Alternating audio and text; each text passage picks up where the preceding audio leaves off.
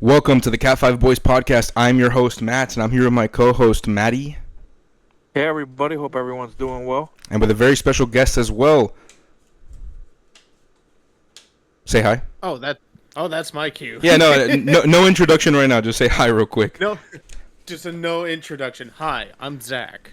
All right, wonderful. Before we get started with the show and the introductions and everything, just a couple of pre-show announcements. First and foremost, welcome to the show. Thank you for choosing to listen to us here today. You could have been listening to anything else on YouTube, on Spotify, anything else really, doing anything else, but you chose to listen to the CatFiveBoys podcast, and we appreciate that very much.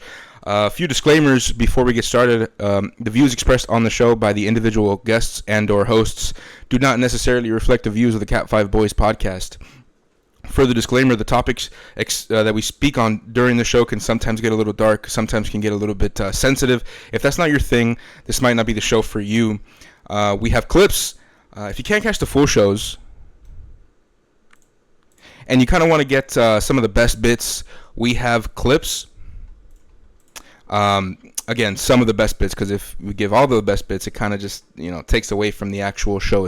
Shows itself, and there's no point of posting the whole shows, because then you got all the clips right there. But we post some of the best clips of the show, some of the funniest ones, the most insightful ones, whatever the case may be.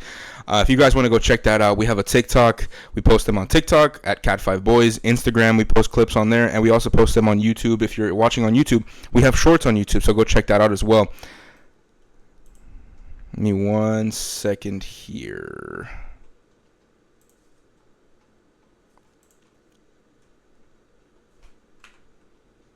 All right, apologies. I'm back. Buddy? Okay, sorry. All right, so apologies for that. I was trying to fix something. But yeah, we have clips there. We have clips on TikTok, Instagram, and if you're watching on YouTube, we have shorts on YouTube as well. If you would like to be a guest on the show, simply DM us on Instagram. If you have any sort of differing in opinions, you maybe want to debate on the show. If you don't agree with the fact that I don't think women should be able to vote, or you don't agree with Maddie being a simp, or you don't agree with some of the other guests that we've had on the shows and their beliefs, and you would like to debate anybody, we recently did a debate between Aubrey Kana and Stephanie Kendall, two of our former guests. Aubrey watched the episode with Stephanie in it. He heard her beliefs, and he was interested in debating her. We set it up, and it was a good episode. It was a good debate. It was entertaining and fun. If any of you guys are interested in doing something like that between, maybe if you have some differing of opinion with me, Maddie, or any of the other guests that we've ever had on the show, feel free to just DM us on Instagram at CatFiveBoys. Even if you just want to talk about something cool going on in your life or something interesting, DM us at CatFiveBoys, letting us know you're interested, maybe a little bit of a bio of yourself as well, and we'll get right back to you and schedule you to be on the show as soon as possible. Besides that, I stream every single Saturday on Twitch. I'm not streaming on YouTube. I used to stream on YouTube as well, but I'm only streaming on Twitch right now because my Wi-Fi is pretty booty, and if I stream on YouTube and Twitch, it'll start crying, and that's not a good sight. So I stream on Twitch at Codename Soap. The link to that will be in the description down below. We do some fun stuff over there. We do some TikTok invasions. We go on TikTok lives, and people people have lives on there that they have a prompt up like, transgenderism is okay or should be promoted or something, and I get on there and I destroy their worldview. There's a bunch of different prompts like that they have as well. It's entertaining stuff. It's very fun, and we also play games on there. We play some Wordle, we play some crosswords, so it's a fun time. It's a good time. If you want to go check it out, the link to that will be in the description down below. Remember, it's every Saturday at 6 p.m. Eastern time. We do that on Twitch, so make sure to go check that out. We also do merch. Although I don't really like to call it merch, but it is what it is. I'm going to call it merch for now, I guess, until I find a better word for it. But we have a store. If you know me, if you watched the show previously, I'm a devout Catholic, and one of the big aspects to my Catholic faith is my devotion to the Blessed Virgin Mary. One of the tools and or weapons that she provided to us believers is the rosary, and I have a store where we sell rosaries on there. It's just this one for now. We're going to expand the store more as we go on in the future. It's a work in progress at this very moment in time. We're going to expand it soon. We have the volcanic rock, and we have the wood one. So again, we have the store. If you guys, you don't have to buy anything, but if you want to check out the store, just look at the product that we have, and just to give it a little look, it'd be greatly appreciated. We also are going to be adding shirts on there as well with the CatFiveBoys logo on it. If everything works out, if God permits and everything, we'll be adding that as well. So keep a lookout for that. Just make sure to like, make sure to comment, make sure to subscribe on YouTube. Drop us a 5 stars on Spotify and Apple Podcast. Yeah, make sure to comment. We love the comments. If you want to give us a little story, a funny story about a dating experience, or maybe, I don't know, some criticism or something, just drop it in the comment section and we'll read it in the episode that follows the comment being placed. We love the comments again. We post every single Wednesdays or Fridays, or at least we try to. Hopefully we'll have a good show today. We have a phenomenal guest. And yeah, let's get with that being said, and without further ado, let's get right into the show. So we have Zach on today. Zach, feel free to give your name, your age, your location, and your occupation. A little bit of a bio of yourself, man. I love how you're like, give up your age, location, occupation. I was waiting for debit card number, social security number. Don't worry, mother's maiden name. You're not the first person, the first guest to say that. It's funny. Yeah, you could just be on this podcast. I just need to know, what was your childhood dog name? A security question answer. What's up, guys? My name is Zach. I am based out of Washington, D.C. I am a stand-up comedian, but my day job, I work in media production. If you're curious about my stand-up or anything like that, check it out. I'm on Instagram, Facebook, YouTube at Zach Haines Comedy. That's all of it. It's spelled Z-A-K, because my parents were unique in spelling my name, which has made it easy to find me, but it's made my ad history really weird. Yep, that is Zach. He has some shows upcoming, right? Or no, not yet. I got some shows coming up later during the summer. I have some projects coming out later in the summer too, so definitely get on the hype train now before it leaves the station. Keep an eye on that. You said you're based out of DC, right? Yeah, based out of Washington, D.C. That's good. All right, that's cool. What kind of differences have you seen from the new administration, or I suppose the second term of Donald Trump, have you seen in the DC area, especially with your comedy? You do comedy like in DC, right? Like that's where you do your comedy? Yeah, no, I'm in DC. I also hit the road when I need to as well, like when I get paid to hit the road. So I'm not originally from the DC area. I'm actually from upstate New York, and I moved to DC for work in 2021. So I came in during Joe Biden's Biden's term, and the atmosphere and the vibes of DC have changed dramatically since Trump has taken office, and it hasn't even been like 6 months yet. I guess one way to put it is like when Biden was in office, everything was kind of like status quo, and people were like happy to go out and stuff like that. But now with Trump in office, things are just becoming really weird by the day and different, and some people just call it flat out dangerous, depending on your circumstances on who you are and stuff like that. Is it like more polarized and stuff like that over there? It is very polarized. DC, like, what I didn't realize when I moved down here is that there are protests.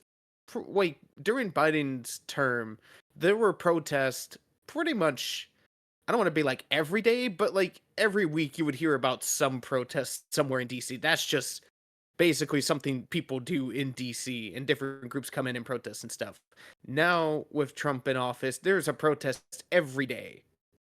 And I'm not talking about like one protest. You could usually find like 4 or 5 smaller protests all throughout the city, which is not, even during his first term, didn't happen. So this second term is really like polarized people to come out and like march in the streets. Do you know exactly what they're usually protesting about?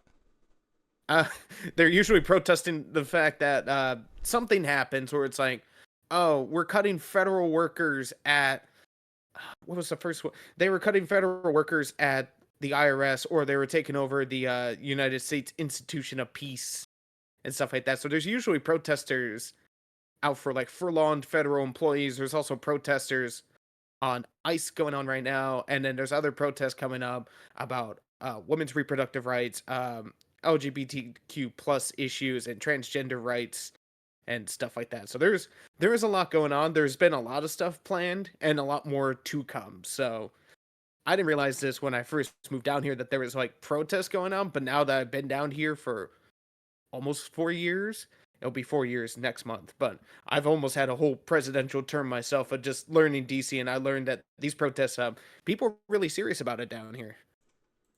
Yeah, I mean, especially since it's the capital, I would assume definitely a good place that people would probably choose to protest and stuff like that.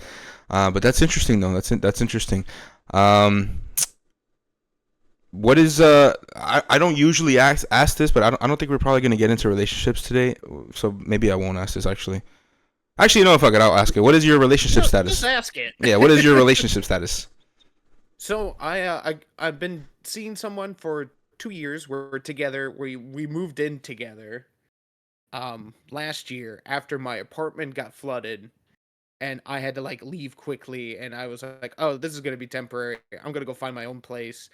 And then like a month later, she was like, do you want to just like find a better place together?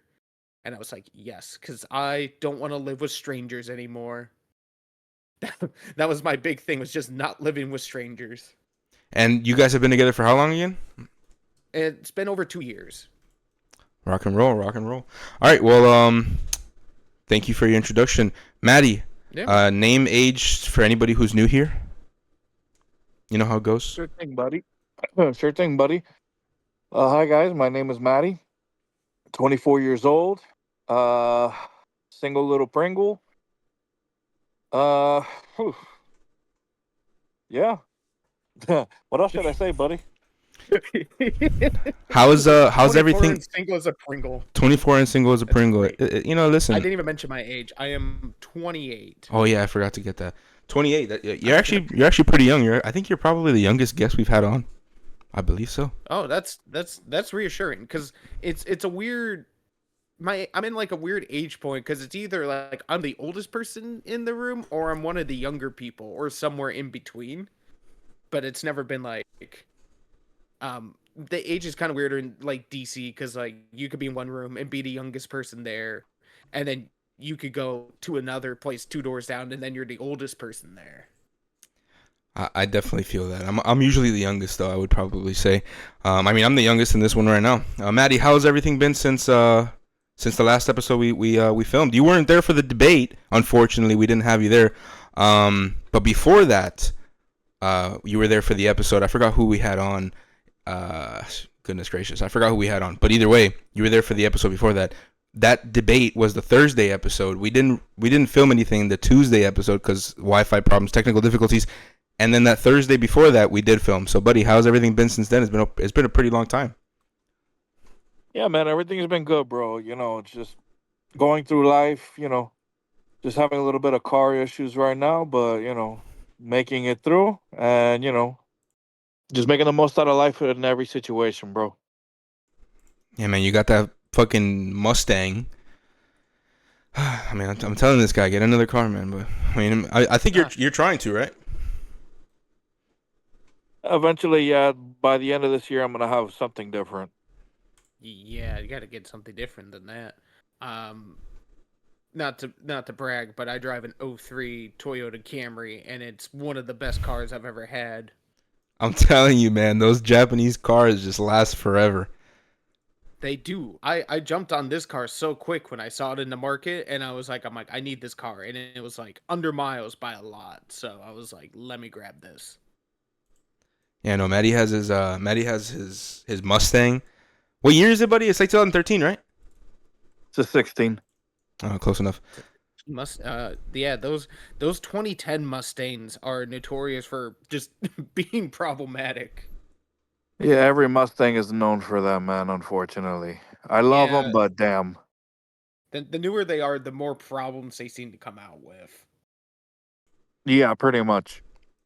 You did see that new Mustang that just well, I don't think it just came out. Actually, I do think it just came out that like it went through that German track and that Nuremberg, and it actually got the world record. I think it beat the Yeah, the Porsche. Mustang GTD. Yeah. Yeah, it beat the Porsche in the time for the lap time or whatever. That was crazy. I'm not gonna lie. I saw that shit. I was like, wait, a fucking Mustang was faster than a Porsche? That's crazy. Because Ford knows how to make good race cars. Well, now they Just do. I not get street apparently. cars. Yeah, no, everyday used cars. Yeah, no, fuck no.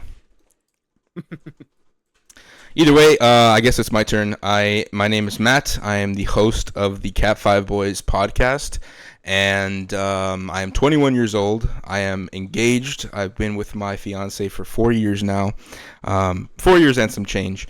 So it's been a good little bit with her, but of course, all things working out, and if the Lord permits. By the time I die, I'll be able to say we've been together for like 50 years. So at least there's that. Maybe even more than that. Who knows? But either way, yeah. Besides that, everything's been good since the last show. We did the debate on Thursday, so that was the last show that we did. It was a fun episode. You guys should definitely check that out only after you're done with this episode. Check out that episode. It was a fun one. And yeah, I think everything's been good with me. So it has been good with me. I'm just trying to get some better Wi-Fi in this fucking place. I moved pretty recently as well, and I'm just trying to get some better Wi-Fi. Just trying to get some trying to see if I can get some good Wi-Fi so I can finally do these streams I've been trying to do. They're super fun. I'm not gonna lie. I did a stream one time. I was doing the TikTok invasions. I was going in there debating random people on their weird, crazy fucking views, and it was just lagging the whole time. So it kind of sucks. But either way, it was still a fun time, and I'm definitely gonna do them in the future. So, but with that being said, no one likes the laggy troll. that's what I'm saying, man. It's just it's like you can either be a troll or you can lag. One or the other. You gotta be one. Pick one struggle. You could be, or you could be laggy and just be far behind. The funniest thing about this, I don't know if it's me, maybe it's my connection, because again I have shitty Wi-Fi. But you're lagging. Yeah, you're lagging for me right now, and you were just talking about lagging. That's kind of funny. All right. That was perfect timing. That was perfect timing. Either way, with that being said, all the introductions out of the way, let's get right into the Reddit portion of the video. We're gonna start off with an "Am I the asshole" today? Yeah, to start off with an "Am I the asshole?" We're gonna start with this one. Am I the asshole for telling the bride I'm upset by her excluding my partner from the rehearsal dinner? I'm the maid of honor and will be flying with my long-term partner, who I live with, to this destination wedding.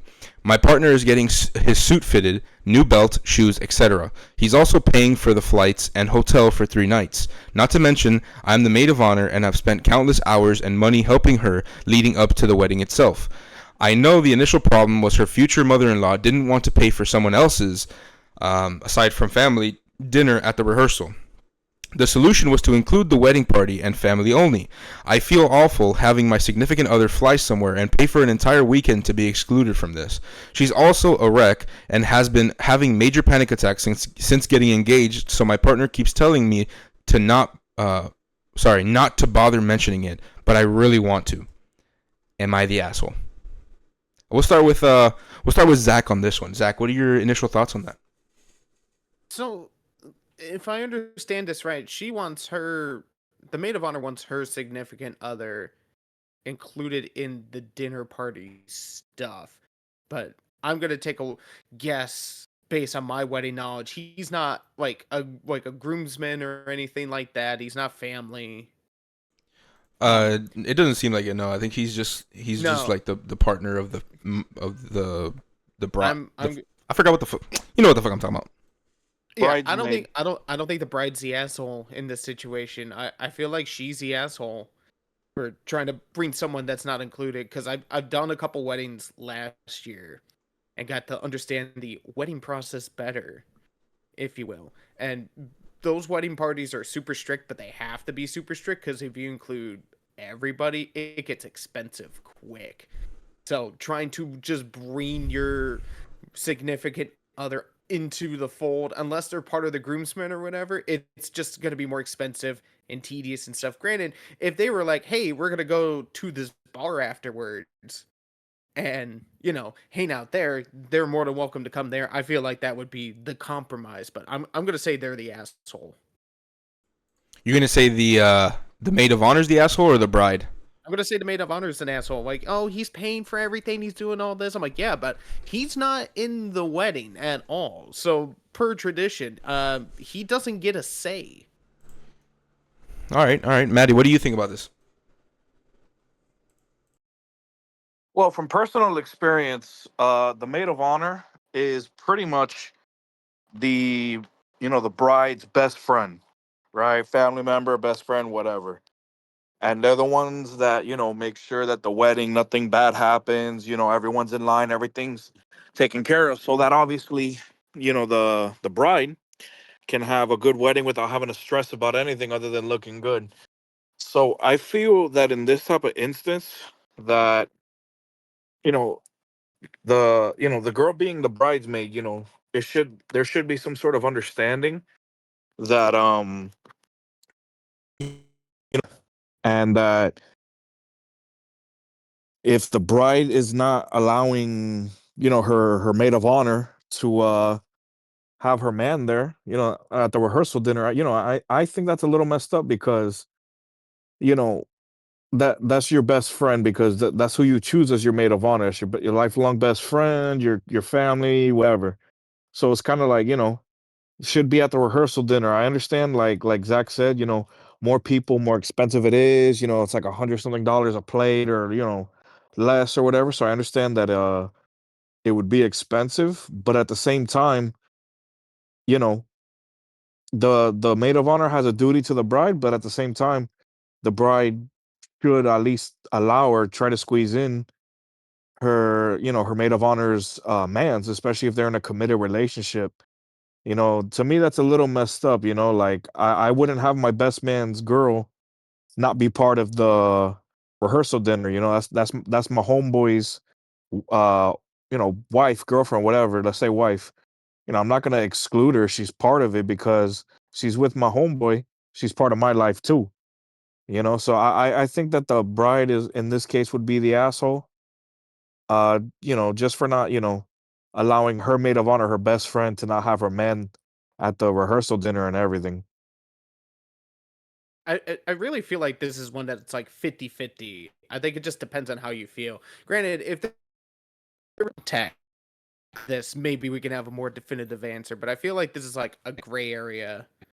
But I'm saying that, like, I feel like the maid of honor is just trying to like make the bride feel bad for not including her significant other, which kind of makes her the asshole in this situation.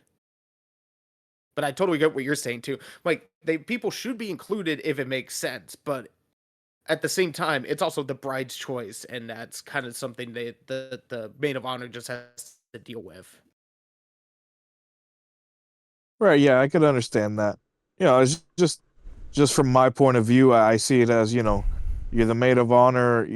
It's like what I gave, right? The sit- Hmm. the scenario I gave. If my best man is gonna be my best friend. That's my homie. That's my ride or die. And I wouldn't exclude his girlfriend of a committed relationship, just for no reason. She should be there with him, one, as their partner, and then two, you're my best friend, so I have a responsibility to make sure that you're good while you make sure that I'm good, especially if this guy's paying for fucking everything. Well, no, he's not paying for everything. He's just paying for like the maid of honor's like ticket, like plane ticket No, right, and all yeah, that shit. his girl stuff, yeah. Yeah, not the wedding itself or anything like that, but No, no, no, no, right. yeah, it is That would the be different. yeah, that would be much different. Yeah, it is the rehearsal and everything, and I understand, like, generally speaking, it is probably the smartest thing. At least, like, me, I have a fiance. I'm engaged. I'm planning to get married soon, and I'm kind of going through the whole planning stages of getting married and everything like that. It's you should like account for the partners of whoever the guests are. Like, if you know there's somebody who's going to be coming to the wedding and they have a partner, you should account for that. You know what I mean? That's kind of just like the kind of common sense thing to do. It is a rehearsal though.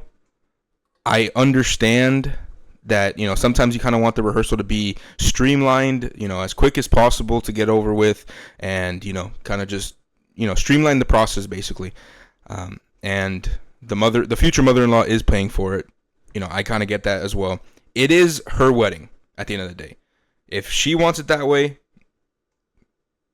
the maid of honor needs to learn how to shut the fuck up and just, understand it's not your day. It's not your wedding. It's your friend's wedding.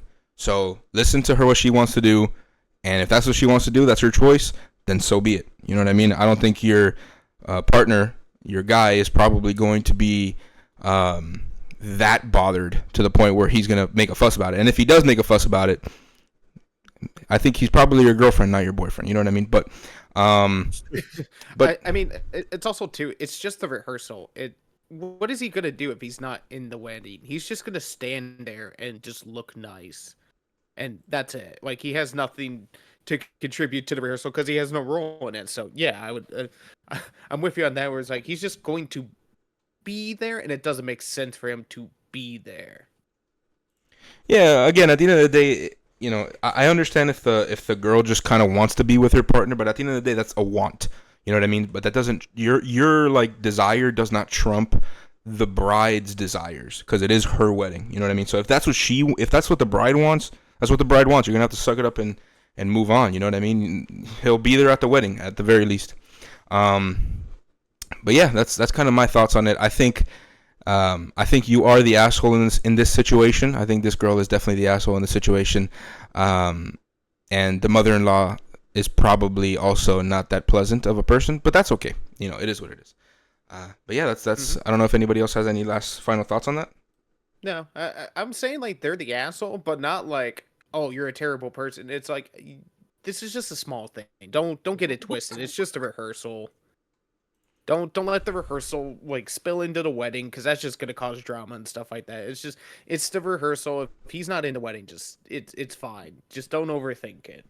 Yeah, you're not a piece of shit, but I guess in the context of am I the asshole Reddit, you are the asshole in the situation, I guess. Yes, asshole by technicality. Exactly, yeah, pretty much. I think it's a new sentence I just made. I think it is. I think I'm not gonna lie, I think we're gonna use that from now on. It's asshole by technicality. Let's do it. All right, let's see this next one. Here we go. Wait, just to make sure, nobody has any last thoughts on this? We can move it on? No, sir. Nope, all right, good. Wonderful. Am I the asshole for pressuring my friend to break up with her boyfriend? For context, friend of mine recently started dating a guy. At first, everything was going good, but he started insulting her every chance he got, mistreating her, and even forcing her to do some not so cool things I won't mention here.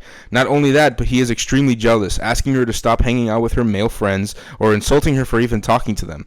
Once I was walking to the supermarket and saw both of them. I decided to greet her, and we had a short chat. At that time, I already knew he was jealous, so I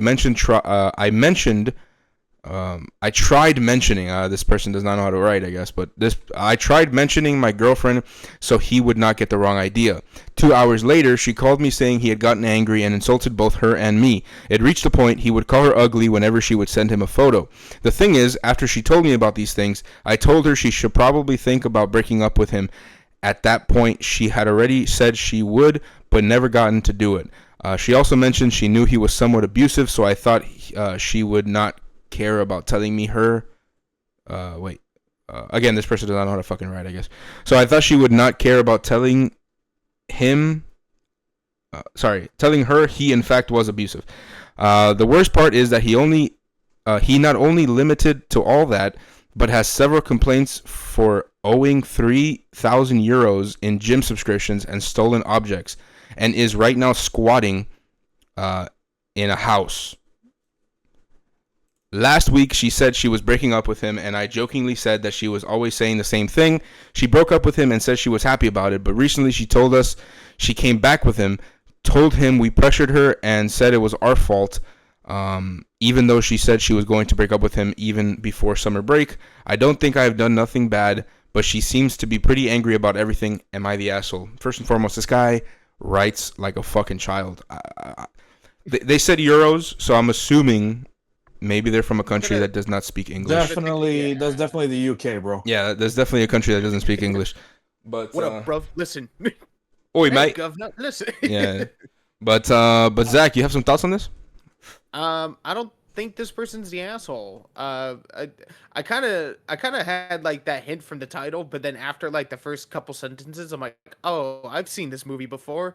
I know how this plays out. Definitely not the asshole.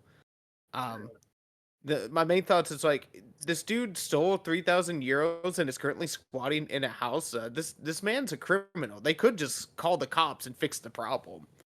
Like, like you could just call the cops and then you just fix the relationship problem by removing the guy completely.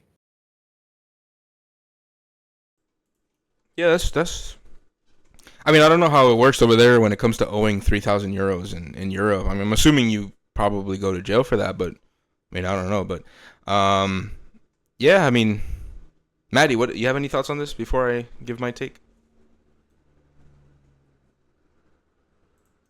Maddie? My bad. I was talking with the mute button on. My bad. No, you're good, buddy. One, it was, it was kind of hard to like really take in the full like story with, the writing that there was and you trying to understand it. So it was a little hard for my brain to understand it, but this guy seems like a bum. And I don't think the person is the asshole for wanting this guy to, pretty much just go fuck off. And it's like, and break up with this, yeah, to break up with him because, it just sounds like he's a piece of shit and, he has no value as a good man, so he's not bringing anything to the table for this woman. So, she should break up with him and go find herself a real man that's going to be able to provide and, do things the right way instead of, just being a bummy ass bitch. That's totally fair. on that Yeah, end. that's fair. I suppose I guess it's my turn. I would probably say I would probably say this guy is the asshole. Actually, I'm gonna give a different take here. I think people generally should probably like mind their fucking business when it comes to other people's relationships. Unless you see some sort of fucking bruise or some shit, then at that point maybe there's a different story there to be told. But in this case, the guy is just. To be honest with you, I see nothing wrong here besides the owing 3,000 euros in gym subscriptions and stolen objects, and the fact that he is squatting. He might be a little bit of a bum, that's the only kind of bad thing you could say about the dude. He's a bum, but other than that, kind of the thing I was thinking about here is that pretty much almost everything that this guy was talking about relationship wise that the boyfriend was doing wrong was kind of just like subjective like bullshit. It's like, he's mistreating her. Okay, what do you mean by mistreating? Or he's insulting her. Okay, what do you mean by insults? Like, if I tell my girlfriend, hey, I don't want anybody to think that you're a single like bachelor or something or bachelorette or something, and then that guy thinks of that as an insult, then what are we talking about here when it comes to insults? It's very subjective. And then he goes on to say, forcing her to do some not cool things I won't mention here, which again, what the fuck are you talking about? Like, number one, what does forcing mean to you? Like, is he grabbing her by her neck and like holding a gun to her head or something and telling her to do it?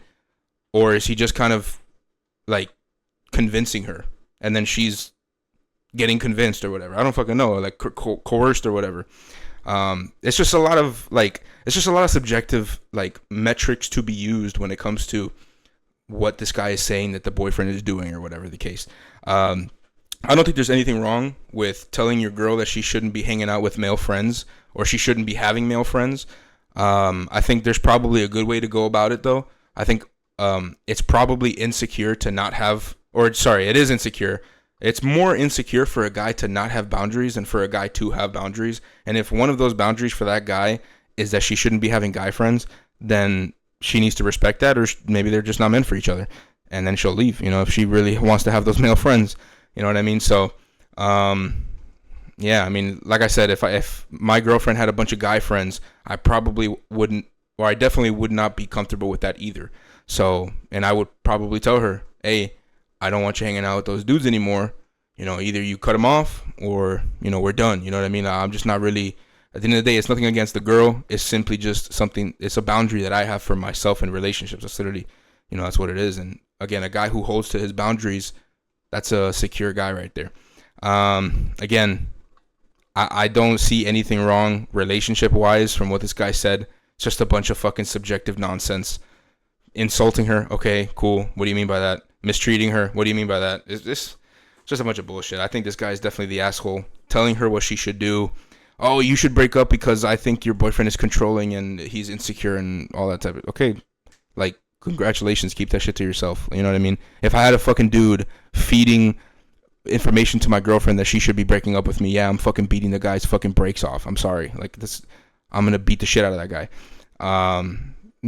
Just considering the fact that she shouldn't even be hanging out with the dude in the first place.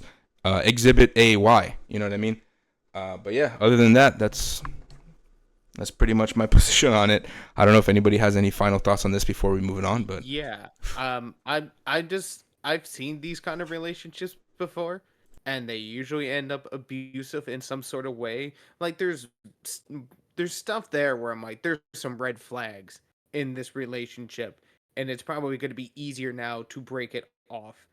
Even if this guy is like maybe blowing some stuff out of proportion, if some of this stuff is partly true and this guy is just like he's a bum or whatever, or can't provide, or he's just actually being verbally abusive before physically abusive, it's better now to just kind of express concern versus later down the line where things can get much more serious. So I'm speaking from my experience and from experience from others. Is like I see red flags with this other guy who doesn't have income, currently squatting and owes money, and then is being like verbally abusive towards this woman. So I see the red flags. I'm like, might as well just get out of it now before it gets worse.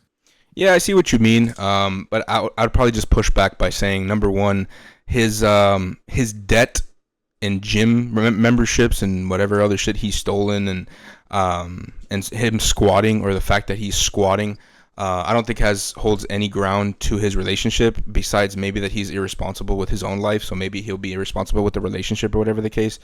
It doesn't necessarily indicate that he's dangerous. It doesn't necessarily indicate that he's a bad guy per se. And when it comes to abusiveness, like when you're talking about he's being abusive towards her, he's being verbally abusive, again, that's very subjective. There's a lot of things that people say that could be considered abuse by somebody's metric, somebody's standard, and then could not be by somebody else's standard.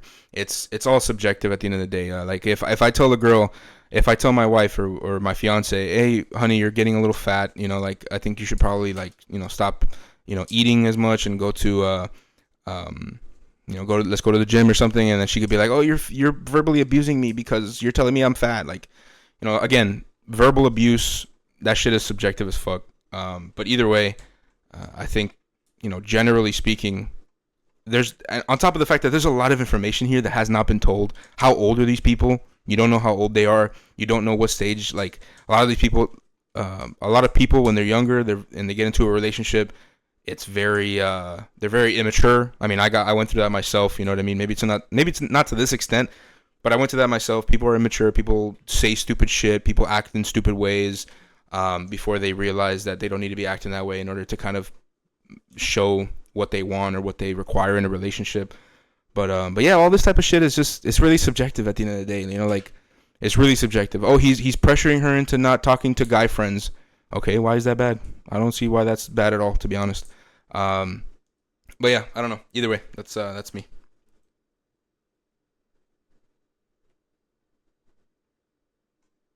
Yeah, I don't got anything to say about that. Yeah, I have nothing else to add. All right, wonderful. Let's move on to the next post. I know I kind of left it silent there for a moment, but either way, let's move on to the next post. Here we go. All right, this one is going to be a relationship advice. My female 30 husband, male 32, has become indoctrinated by the carnivore diet. How do I get him to ease up on me and the kids? Hello, first time poster here. Please forgive me if this is all over the place. I'm not very good at putting feelings into words. I have been married to my husband for 5 years. We have 2 kids together, ages 5 and 2. Recently, my husband has started following a ton of people who are super into the carnivore diet, and he has decided that this is the best way to avoid any and all health issues. He completely believes all of the random strangers that swear all of their ailments have disappeared. He believes any amount of sugar causes cancer, and I should no longer buy any food that has sugar or is processed.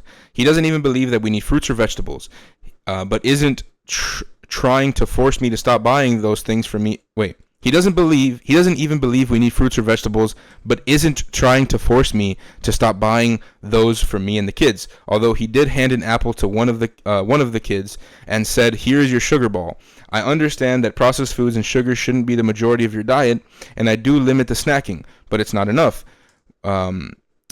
We have had several fights about this, and he will not back down. I've tried to explain moderation, and a cookie a day is not going to cause our children to get cancer or be obese. He won't listen to doctors who don't agree with carnivore, and he won't listen to licensed nutritionists. It's getting hard to live with these constant arguments. Does anyone have any advice? Maddie, we'll start with you on this one, buddy. What are your thoughts on this? Well, I mean, I could understand her point of view, because he started following these people and he started doing the diet himself. Which the carnivore diet, for anyone who's not aware of what that is, that's pretty much you just eat meat, eggs, fish, and healthy fats. That's it. No, there's no bread, pasta, nothing that is like not natural, like in the in nature. It's fucking stupidest thing I've ever said. Whatever. Uh, I can understand her because as a Don't huh? forget don't forget when you said chemically made chemicals, buddy. Yeah, I know. Shut up. Thank you for reminding me our very first episode, you dick. No, but I can understand her because change of diet from the from regular eating, eating bad food, fast food, cookies, rice, pasta, shit like that, bread, everything like that. It's like people say, uh, good gut health is good emotional and mental health. You know, so once you start eating, all the meat, all the proteins, the fish, the healthy fats like avocados and the salmon and I forgot what nut it is. Excuse me. His testosterone levels boost. So he's like on a testosterone boosting diet. So it's all going through his head and he's getting into the zone and he's feeling better, which the carnivore diet is shown to help relieve bodily pain, joint pain and everything of that nature because a lot of the foods that we eat are so chemically processed that it cause inflammatory issues. It'll cause joint pain and things like that. Clouded head and you just feel bloated, so you feel like shit all day. So I can understand that he's very passionate about it and it is affecting him mentally and hormonally. But she should have a conversation with him to like ease up because it's like she said, a cookie a day won't won't kill the kids or her or anybody. Won't cause any damage. But obviously sticking to a diet like that would be a good thing because if you look at all everything of our ancestors and cavemen and shit, they're all built, they're all strong because all they would eat is meat, vegetables, fish, and fruits. So, that's everything in nature. They weren't eating this bread, this pasta, this rice, all these artificial preservatives and garbage. But if he's getting to the level of like where he's like a gym bro mentality, but like on I don't know if I can say it, but fuck it, on crack, you know, then she should have a conversation with him. But at the same time, she has to understand that the diet is physically affecting him and altering him for the better. But his testosterone Hulk thing moments, or she does need to talk to him about that. All right, great. What about you, Zach? You have any thoughts on this? Yeah, if he's turning into a carnivore, I've heard if you just stand still and don't make any noise, they can't see you. I think It's that works actually. yeah, if your husband's on the carnivore diet, just stay still and breathe slowly. It worked in Jurassic Park. It will work now. Cover yourself with gasoline. He Um, won't smell you. but honestly, he might just be heading towards his own disaster. Because the carnivore diet, as much as I like eating my meats and stuff, you do need other nutrients like vitamin C, magnesium, potassium, and fiber to help regulate, body digestion and other body operations. You also do need some glucose because that's where most of your energy comes from the day. So you do need stuff that contains glucose. There's a reason why it's called a balanced diet and not a carnivore diet. Because even back in the ancient days, when they were hunter gatherers, they would still gather like berries and nuts and other safe fruit vegetables to kind of balance it out if they couldn't quite get the meat quota up. But I just the best way to handle this is you really have to like have an intervention at this point, especially if he's on like a testosterone high and kind of like really building up that testosterone. He might be quicker to aggression and stuff like that, and it might come to if it gets really really bad, it might have to come to an intervention, or if it gets really really bad, he might just have more health problems that are going to happen over time, and it just may not hit him right away. So I think the best way is to just kind of like broach that conversation and like just wait for him to start having health problems again, and then just be like, see, you know Damn. what you need to eat your damn vegetables. I'm actually of a different mindset. Again, no surprise here. I think the carnivore diet's actually it's probably not the best thing in the sense of like there probably are better alternatives, but it is not a bad thing either. It's a good way to kind of lose weight and be healthy to a certain degree. I mean, of course, there is it's probably better to eat fruits, vegetables, shit like that. But for him, he's an adult man. I don't think his body will respond too bad to just eating meat. I think he'll be fine. Now, as for the kids, I don't know how the fuck you feed meat to 2-year-old, like just meat to a 2-year-old. He did say that he has given the kids apples and stuff like that, which seems fine.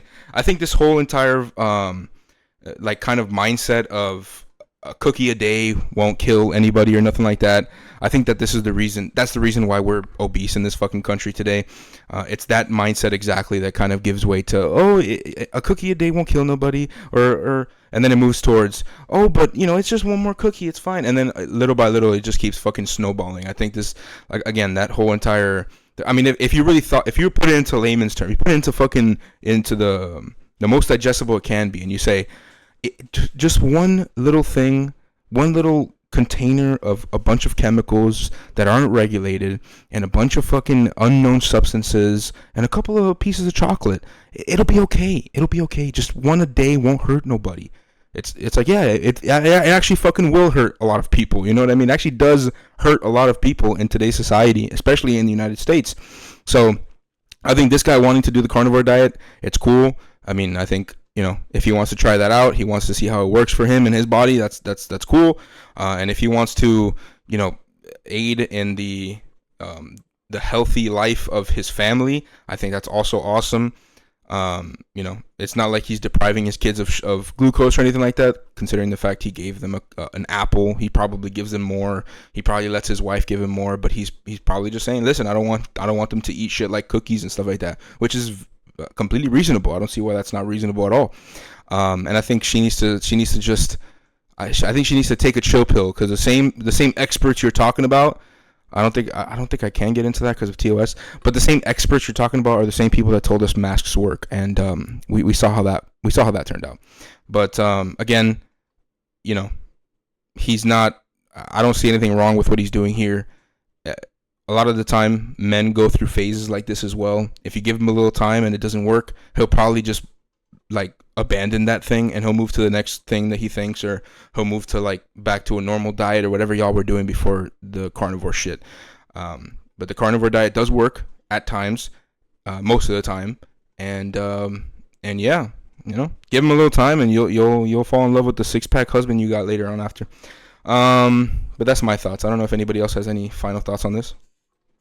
If I want to give 2 points. One, I'm going to get back to the relationship advice part of this, and then I'll do another part on the actual nutritional issues with the US. But the relationship part is like I don't want her to give up, especially if like there's going to be issues with this diet. And if it starts to frightening the kids and stuff, then maybe he has to consider what it's doing to him and others around him. So I think for her, like she has to just kind of stand her ground. If she really believes it's not benefiting him or it's just making everything worse for everyone else, I think she should just stand her ground on that, and that's within reason. The other thing too is that the reason why food is so bad over here is because of regulations that are brought on by the government and like the USDA and a bunch of other departments. Where if you go look at like other places like countries in the European Union or Japan, they have much stricter food health safety protocols, and you can actually eat meat over there and not gain weight and actually like get in shape and stuff like that.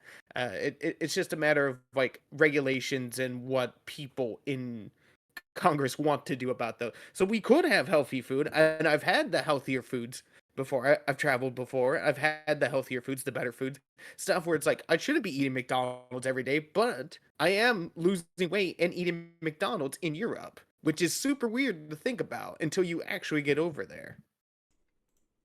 Yeah, I think it's less to do with government intervention and more to do with society and like societal shaming, I would say. I do not see people in Japan getting glorified like Lizzo is glorified here. People saying, "Oh, she's beautiful. She's gorgeous. She's an independent, strong woman. She might be 300 pounds, but that's okay because she's beautiful." It's like, listen, at the end of the day, she's unhealthy, and we need to be able to like make that known. You know what I mean? At the end of the day, that right there is indicative of the United States of America and the way we see, obesity and things of that nature. We're too scared of hurting people's feelings, so we'll protect your feelings, but aid in your destruction because we won't tell you you're fat at the end of the day. And listen, I'm not a skinny guy. I'm a fat dude. You know what I mean? And I think if I grew up and people told me more, hey, you're fat, stop eating so fucking much, let's get on this carnivore diet, I think I probably would be better right now. But yeah, I think in countries like Japan or in most of Europe, because some of Europe is also pretty bad, but in most of Europe and Japan and countries like this, South Korea, there's more of an emphasis on health. There's more of a societal emphasis on health. They don't glamorize obesity. They don't glamorize weighing 300 pounds, 400 pounds. They don't glamorize these things. They promote healthy lifestyle choices and things of that nature. I think government regulation could help, and I think it could be a good push to societal change and obesity and things like that. But I think ultimately the way we gear society, the way we gear social shaming, is probably the best indicator as to whether or not we're going to be a healthy society or not. And we're just not. And as for her as a mother, listen, I don't see anything wrong with the carnivore diet. And if there actually was something real detrimental and he's forcing his kids to eat if he's forcing his kids to eat something that's going to actually hurt them, like there would probably be somebody calling fucking child services on this guy. But the carnivore diet is not bad for the kids at all. Again, they're still getting apple, they're still getting natural glucose and stuff like that. He wants his kids to eat healthy. I don't see any problem with that, besides the mother wanting the kids to kind of, eat sugars that, because she just thinks it's good for them or whatever the case. Like, oh, it's okay, a cookie a day. Again, that's the same attitude that gets obese people to be obese. And usually, funny enough, this is actually kind of indicative of it too. Women are usually, especially like wives and mothers, are usually the ones who kind of push for niceness or whatever on the kids, which usually cause them to be obese. It's like, oh, it's okay, just let little Timmy eat the cookie, or let him eat the piece of cake or whatever. It's fine, he'll be fine. And the next thing you know, little Timmy's fucking 200 pounds at the age of fucking 13. So again, I don't see anything wrong this guy's doing. I think he's doing a good thing, teaching his kids that there are different ways to eat, and that there are healthy ways to eat, and what's healthy and what's not. It's a good thing. I think, I don't see anything wrong with it. But either way, that's my thoughts on that. Excuse me, sorry for clearing my throat. No, it's okay, buddy. Yeah, I agree, Matt. I don't think that fuck. Holy shit. Oh God. Let me carry my thoughts. Hold on. That stutter was terrible. I don't think that this whole diet situation. Well, this is less relationship advice, more personal advice. I personally think that the carnivore diet is like not even carnivore diet per se, but I think leaning towards the high protein, uh, high healthy fat, low sugar, from fruits and vegetables, would be the best thing for a child growing up. Yes, of course, every once in a while have the cookies, the cake, whatever, but every day focus on having the high protein, high fat. Only get the natural sugars from fruit and vegetables, because when the kids are growing up, that will help hormonal balances. It will help them stronger, be less bloated, have less dietary issues. Which a study actually came out months ago. Matt, I'm pretty sure you saw it. That what, like 60 or 70% of the youth uh is pre-diabetic, or almost not diabetic, obese, and has underlying health issues from diet. So I think that this type of diet for kids, maybe teenagers, older kids, would be beneficial for them to have a healthier lifestyle, and to develop that sense of discipline, to not give in to the cravings and eat most of the garbage that's sold on the street and in stores most of the time. I agree, buddy. I agree. Zach, you got any final thoughts on this, or we can move it on? No, I really had my final thoughts already. I just, if it becomes a concern about the kids' well-being and stuff, I hope she takes the right actions. But I, in terms of this carnivore diet, I've not really heard of it before. But I just, it doesn't seem like the best option. But perhaps I shall do more research into it. Trust me, Zach, once you do the research, the carnivore diet is one of the best diets, especially for a man. Trust me, It's it like the really is. keto diet, but like on steroids. And it's all natural. It literally, it's the best type of diet for a man, because it's chicken, beef, pork, it's meat, right? Then it's fruits and vegetables, you know, and it's all natural eggs, pasteurized or organic eggs. That's it. That's all you're eating. And the only way you can get your sugar is from your fruit and from organic honey. You're not eating that processed crap, like from the Oreos, from the this, from the that. It's a difficult diet because, of course, we're so accustomed to eating. You're on your way to work, you want to get a Dunkin' coffee, or you want to go get a McGriddle. You want to get something from Starbucks, and then you eat that.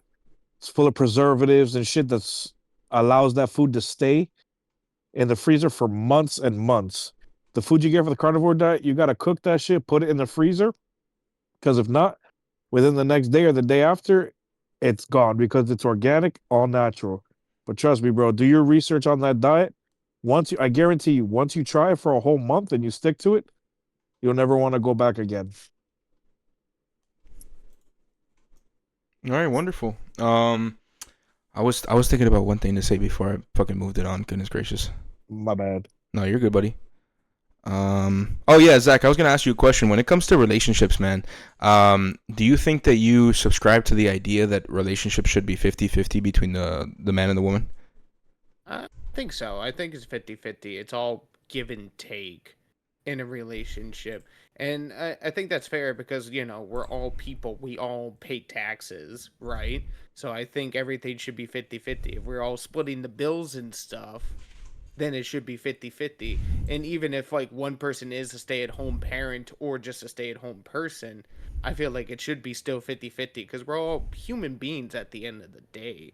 When we go to bed and wake up, we're all human beings. And I think there has to be a certain level of respect for each other. And if you can't respect your partner, then you probably shouldn't be in the relationship that you're in currently.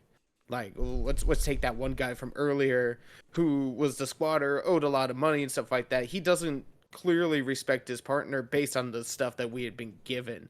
So I'm very much in like everything should be 50-50 with the person that you're with, and I think that's fair because they are a human being at the end of the day, and every human being deserves respect, even if you don't like everything that they do. Yeah, I mean, I would agree that people are, or, you know, man and woman in a relationship, they're 50-50 in like in value, I would say, yeah. But I think I'm more so asking in responsibility. Like, do you think that everything responsibility wise should be equal in the household, in a relationship? Like, you know, men and women should, you know, divide the responsibilities of the household equally between the two of them. They should have equal say in big decisions and things of that nature. Yeah, like everything should, like I said, 50-50. Like if you're gonna live together, you have to split the work. And like there's some things that my partner doesn't like to do and my girlfriend doesn't like to do. And there's some things I don't like to do. So we kind of figure out what our middle ground is on stuff that we have to do. So like she doesn't want to like kill bugs or spiders or whatever, so I have to deal with it. Or she doesn't like doing the outdoor work, but I like doing the outdoor work. So we kind of split it that way. So we don't feel like one is like taking advantage of the other. And but like big decisions have to be talked about and thought out about and like pretty much go through all like the pros and cons and like what if we did it this way or how do we feel about it if we did it that way. So I think at the it's still 50-50 on just everything that we do. And like big decisions can't be taken lightly. So you don't think that there should be one person who kind of makes the final decision? It should be like a group decision made between the two of them? I think it depends on context. But for the most part, it's like, oh, we want to get new furniture. Yes, that should be talked about and come to a mutual decision. But if it's like career stuff, I think that still comes down to like the individual, but they need the input from their partner to kind of like get all the angles of and get all the angles and the pros and cons so that way they can just make a more informed decision on what they want to do.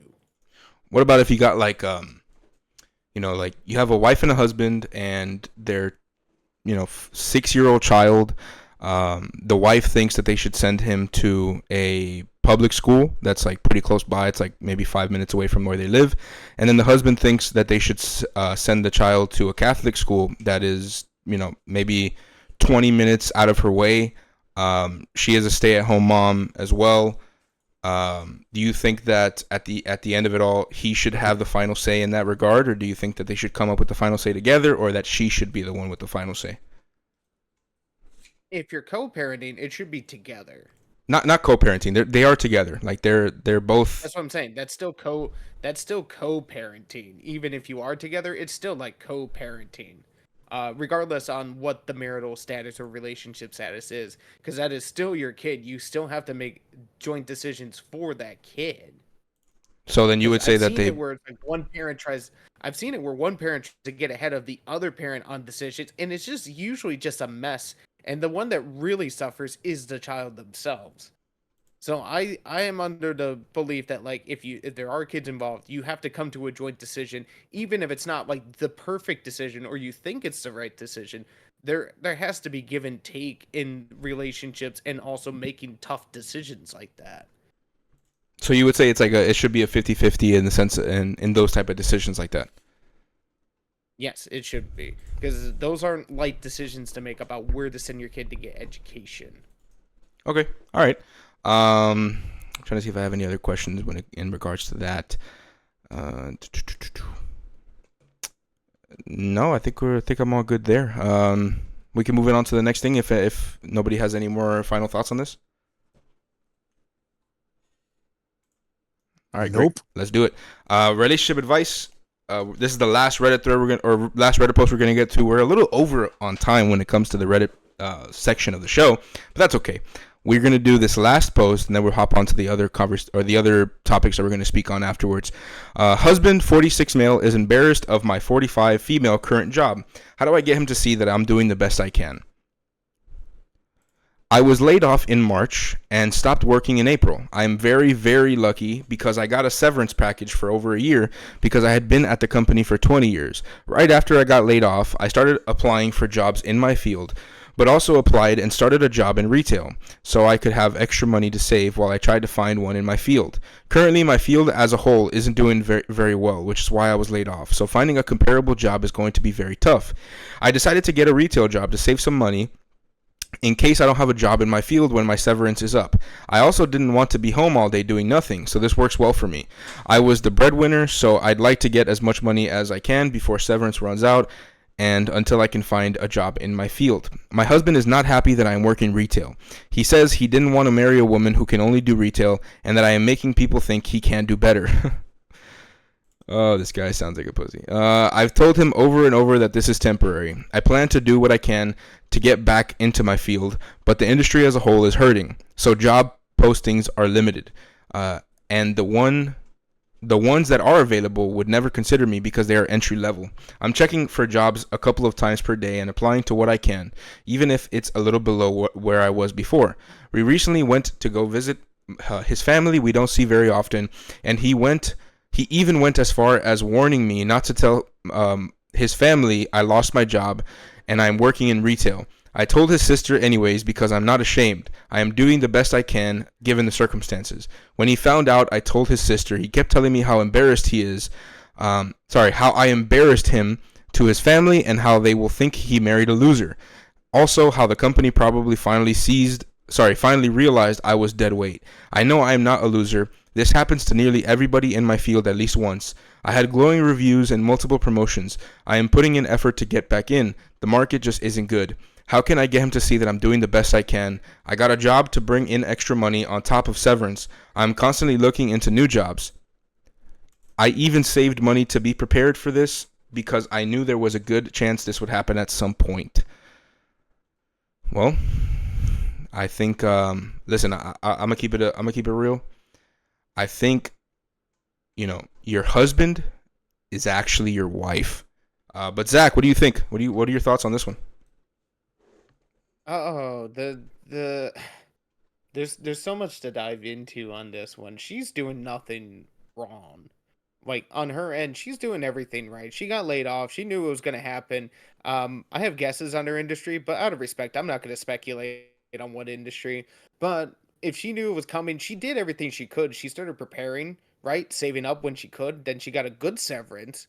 I don't know a lot of people that would get a year severance, but she also worked there for 20 years, so I don't know how how the math is. Math is not my strong suit. But she's doing everything she can. She's applying for jobs. The job market sucks. And she's still working on the side on top of receiving severance and still applying for jobs and stuff. That's impressive. That is impressive because there's people who get laid off and they're defeated. They're completely defeated. They mope around all day. They do nothing, but at least she's doing something. I just think her husband is just like freaking out. It was like, this is an unnecessary freak out. You should be supportive of your wife right now, especially since she got laid off and the market's so bad, and be encouraging to be like, you are doing the best you can given the circumstances. But the fact that he wanted to hide that from his family, I think says more about his insecurities than really anything else. So, yeah, you just got to confront him on it and be like, look, if you're insecure about it, it's fine. Just admit there's a problem. Yeah, no, I think this is the first time I actually agree. Maddie, what are your thoughts on this? This guy is a baby back bitch. To go off on a few of the points Zach said, she's doing what she has to. She knew she works in a field that was probably going to take a dive, and it did, and she immediately went straight into another job. There's people, like Zach said, that get laid off or they get fired, and then they just file for unemployment just so they can sit at home, getting checks just to do nothing.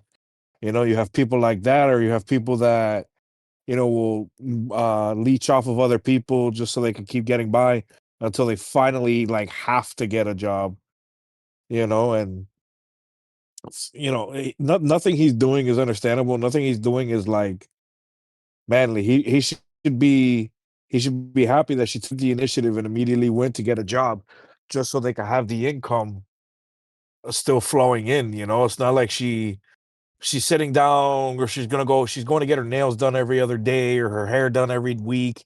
You know, it's not like she's doing that. She went, she got a job so she could make money because, you know, they're adults and that's what you do. And if he's embarrassed that she's working in retail, first of all, if he's like one of those like bitch boys from like Disney Channel old 2000 movies that, oh, she's a peasant working cleaning the lunch table, like, bro, get the fuck out of here. Like, you know, whatever he does for a job, I'm sure he's a bitch at that too. But like, you know, like there's no reason for him to be ashamed of his woman for the working in retail, you know, because you know he should be ashamed if she's sitting at home mooching off, being lazy, you know, not doing shit, but wasting money, wasting resources. You know, she took the initiative, she did what anybody should do, and she got a job, but yeah, good for her for telling the sister. That way the sister can spread that shit everywhere and make him look like an asshole. Cause fuck this guy, bro. You're gonna be ashamed that your woman got a job because she got, laid off, unfortunately. Bro, get the fuck out of here, you know. Stick another tampon, bro. Yeah, he's a little bitch, bro. Fuck this guy. I think it's like all across the board. It's just very mutual. It's like this guy needs to get his shit together and realize what's going on in her life. Yeah, 100%, bro. Like I said, there's so many people that'll get laid off and just look at it as especially in today's society, that nobody, especially the younger generation, nobody wants to fucking work. Nobody. Everyone just wants to be given handouts and shit. Like, as soon as somebody gets fired or laid off, first thing they're gonna do, they don't. They're the type of people that even if they're out of toilet paper, they'll still wait 2 weeks to go get some. But I guarantee you, a lot of people, as soon as they get laid off, ooh, let me go collect that unemployment check. That way, I can just chill out, relax, use that money for vacations instead of saving it for when I get a job. You know, he's ashamed of her for that, just for retail. You know, like, be ashamed if she went into, like bodies selling shit, like I don't know. Can we say prostitution? Matt? What was that, buddy? I'm sorry. Can we say prostitution? Yeah, you can.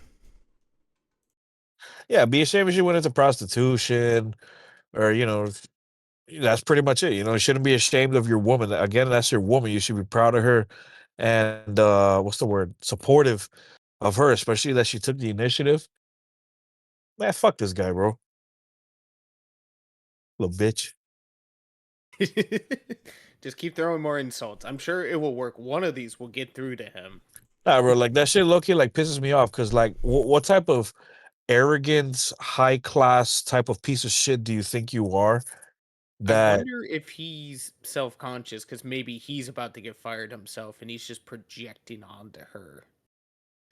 well, even if a real man wouldn't act like that, a real man would be looking for other opportunities, looking for other ways to make money, to get maybe a better paying job, get multiple jobs to provide.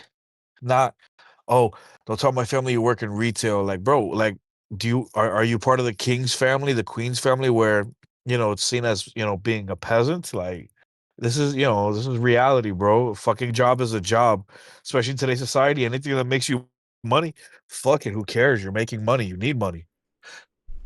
Fuck this guy. Yeah, no, this guy's a bitch. I think. Listen, I'll tell you one thing. If this guy was part of my group, this guy was in my group, and we heard that his wife was maintaining him, bro, he should be ashamed of that shit, bro. We would talk shit upon him for that, bro. Not the fact that his wife lost her job or some shit. The fact that she is the breadwinner, Oh my goodness, we're gonna clown you every day of the fucking week off that shit. You know what? You're coming in, and we're calling you ma'am the entire time. I'm sorry, like that shit is just, bro. That shit.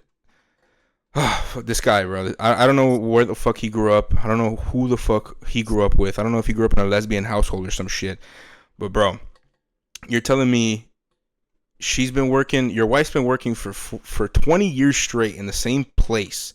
She gets a severance package for a whole year, and you're telling me you're fucking pissed off that she's working retail at the moment? The fact that she's working at all and you're pissed off, bro, come on, bro. You're crazy, bro. This guy is actually insane. Um, Again, it's just this type of stuff. This is like the definition. Although this guy is 46 years old, I don't understand how a 46-year-old. I mean, then again, there are a lot of that's like the boomer age. You know, they came up with the whole hippie generation. That's the hippie generation, and everything. So, but that's like, again, it's just that's like a feminist man in a nutshell, right there. It's like, oh, don't tell my family that that you lost your job. Okay, that's embarrassing. It's like, bro, I really have nothing to say about this shit. Like, listen, I'll tell you one thing. If you're the wife, and if for some reason you're listening to this right now, and you're telling me how you can get him to see that you're doing the best you can, just take away his vibrator and he'll see it. I promise. Either way, that's all I got to say about it. Wow. Ladies and gentlemen, for the first time ever in Cat 5 Boys history, Matt just defended a woman. Let's round of applause for this. Oh, I'm starting to get through to him, ladies. Think about it this way, man. Think about it this way. The only time that I actually defend a woman is when the man in the relationship is acting like a woman. Think about it. Think about it. This shit actually kind of irks me. This is like what's wrong with society today. We got fucking male feminists out here. I don't even want to, bro. I'm not even gonna go down the fucking rabbit hole. Either way, that's all I got to say. I wouldn't say male feminists. I would say if feminine men. That's a male feminist right there. That's a fucking male we're over feminist. on time, right? That is most certainly a male feminist. I'm telling you something. But either way, yeah, that's all I got to say about that. I don't know if bitch boys. I don't know if anybody else has any final thoughts on this. Not really. She could just, like, the only thing she could do that I've done before is pull out all the job applications she's applied for and just kind of throw it in front of him and be like, look, I am currently looking for my next career job, which is something I had to do with my own dad, who accused me of not applying for jobs at one point. And I started printing off a stack of like 100 job applications from like a month before, and then threw it in front of him and just like I am applying for jobs. Nothing's coming back. Yeah, no, shit happens. That's I mean, another thing too, bro. It's hard to find a job. yeah, shit happens. You know, like especially when you're looking for a new job. You know, you had a pretty good, you're in a pretty good situation where you were at, and you know, you get laid off or you get fired or something happens. You know what I mean? You know, sometimes it's hard to find a new job like that, especially when you need it. You get fucking new job offers when you don't need that shit, but when you need that shit, it's like tough. It's like, where the fuck are all the jobs? But no, it's definitely tough. And to be honest with you, he should be the one worrying about that shit and not her. It's fucking insane. But either way, but yeah, that's all we got for the Reddits today, ladies and gentlemen. Hopefully you guys enjoyed our little conversations on those Reddit threads. Just to kind of get the ball rolling here on the regular topics. Zach, you're a comedian in Washington D.C. I was just wondering. Actually, you know what? First and foremost, what cities and or states have you done comedy in besides Washington D.C.? All right. Let me get into a little bit of my biography, if you will. So I've done shows up and down the East Coast. So I've done stuff in Charlotte, North Carolina. I've done stuff in Baltimore, Philly, New York City. But I've also gone and performed in Barcelona, Spain before, which is pretty cool. So I'm technically an international performer. Oh, that's good. How did that one go? And that went pretty well. So what I learned over there is outside of the UK, outside of London specifically, there are two big English comedy speaking scenes. One is in Berlin, Germany. That's the biggest one. The second biggest one is in Barcelona, Spain. And like, was there It like wasn't too hard to, like, was there some sort of like language barrier or something you had to overcome there? oh, please go ahead. So it was more cultural stuff because the people who were showing up for those shows. So this was at an English comedy club only. So people only performed in English, unless there was like a specialty show where they do like Spanglish or something like that. But the biggest barrier wasn't even English; it was cultural references, which is something that I learned from the first night of shows. Was that, oh, there's some cultural references I can't make over here because they're just not gonna work. Like, I could refer, one of my jokes refers to Chris Pratt, and that's fine. I referred to Popeyes, the fast food chain, and it didn't do well because nobody knows what the hell Popeyes is over there. You What? yeah, they just I mean, started it getting is a fast food in Louisiana kitchen. You Spain. know what I mean? Like, when I was over there, they were opening the first Taco Bell in Spain, which is, I'm very curious to see what people's reactions were. I mean, I'm sure they have their own kind of versions of those fast food chains over there. Oh, no, no, definitely. Like, a lot of these like cities, like older European cities, they have a lot of more restaurant establishments and like food markets and stuff like that. So there's a lot of like, there's a reason why people go over there just for the food alone, because it's really good, and it's a lot of cultural food that's pretty good over there. I enjoyed it myself, but then once in a while, when it's like, 2 o'clock in the morning, you get out of the club or at a bar, you want to go to a McDonald's and just demolish like a McDouble or something. Yeah, no, for sure. What would you say is probably your best like or your favorite city that you've done a show in? Oh, I outside of DC, that's a tough one because I've had great experiences on the road. Like, I've been to plenty of cities, but I've also had some pretty small towns and stuff too. Um,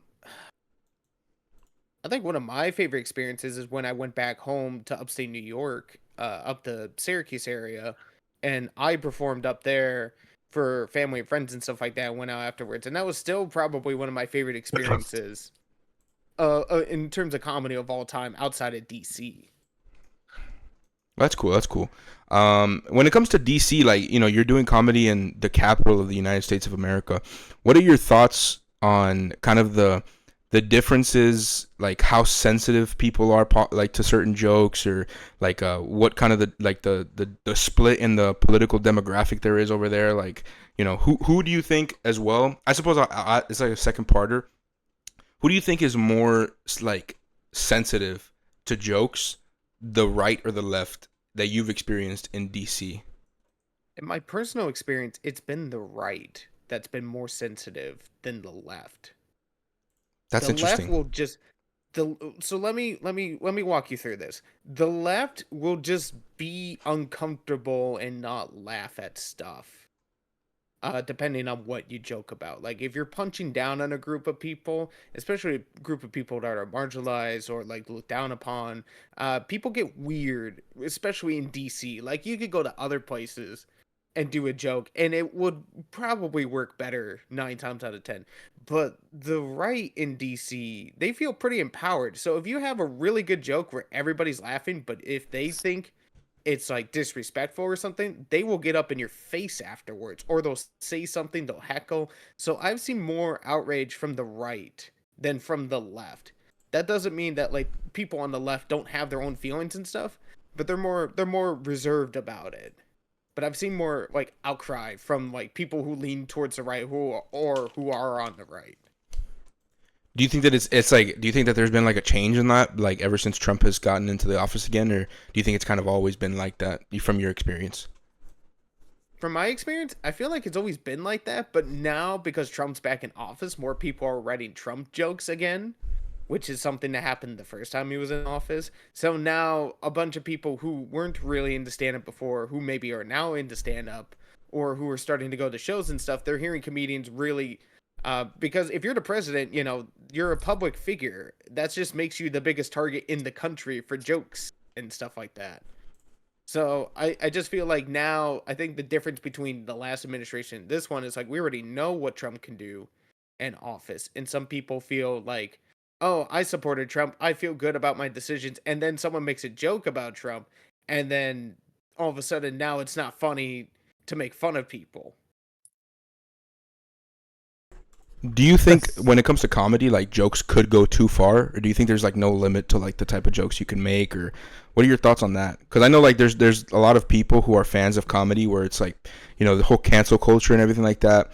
People are kind of like, just let comedy be comedy and let people make jokes, and you know, stop being so sensitive to the jokes, because at the end of the day that's what they are. They're just jokes. You know, what are your thoughts on that? I feel like if you had to tell people to get over themselves about a joke, the joke wasn't good. Like, I have strong feelings about making sure that like comedy should make you feel good afterwards, right? Like it's you're there to laugh, forget about the problems, or maybe make fun of the problems that you're experiencing or you're seeing on news and social media and stuff. So it's supposed to be a feel good one. But if you're up there the entire time, saying wildly offensive stuff about a group of people and nobody's laughing along, and then you say, "Hey, stop being so sensitive," it's not funny. Like I think for like comedy stuff, I feel like if you're not trying to make people laugh and get everyone to get along during the joke, I feel like you're not doing it right. So you think like politically insensitive jokes for the sake of being politically insensitive, or like culturally insensitive just for the sake of it, aren't good jokes in the sense?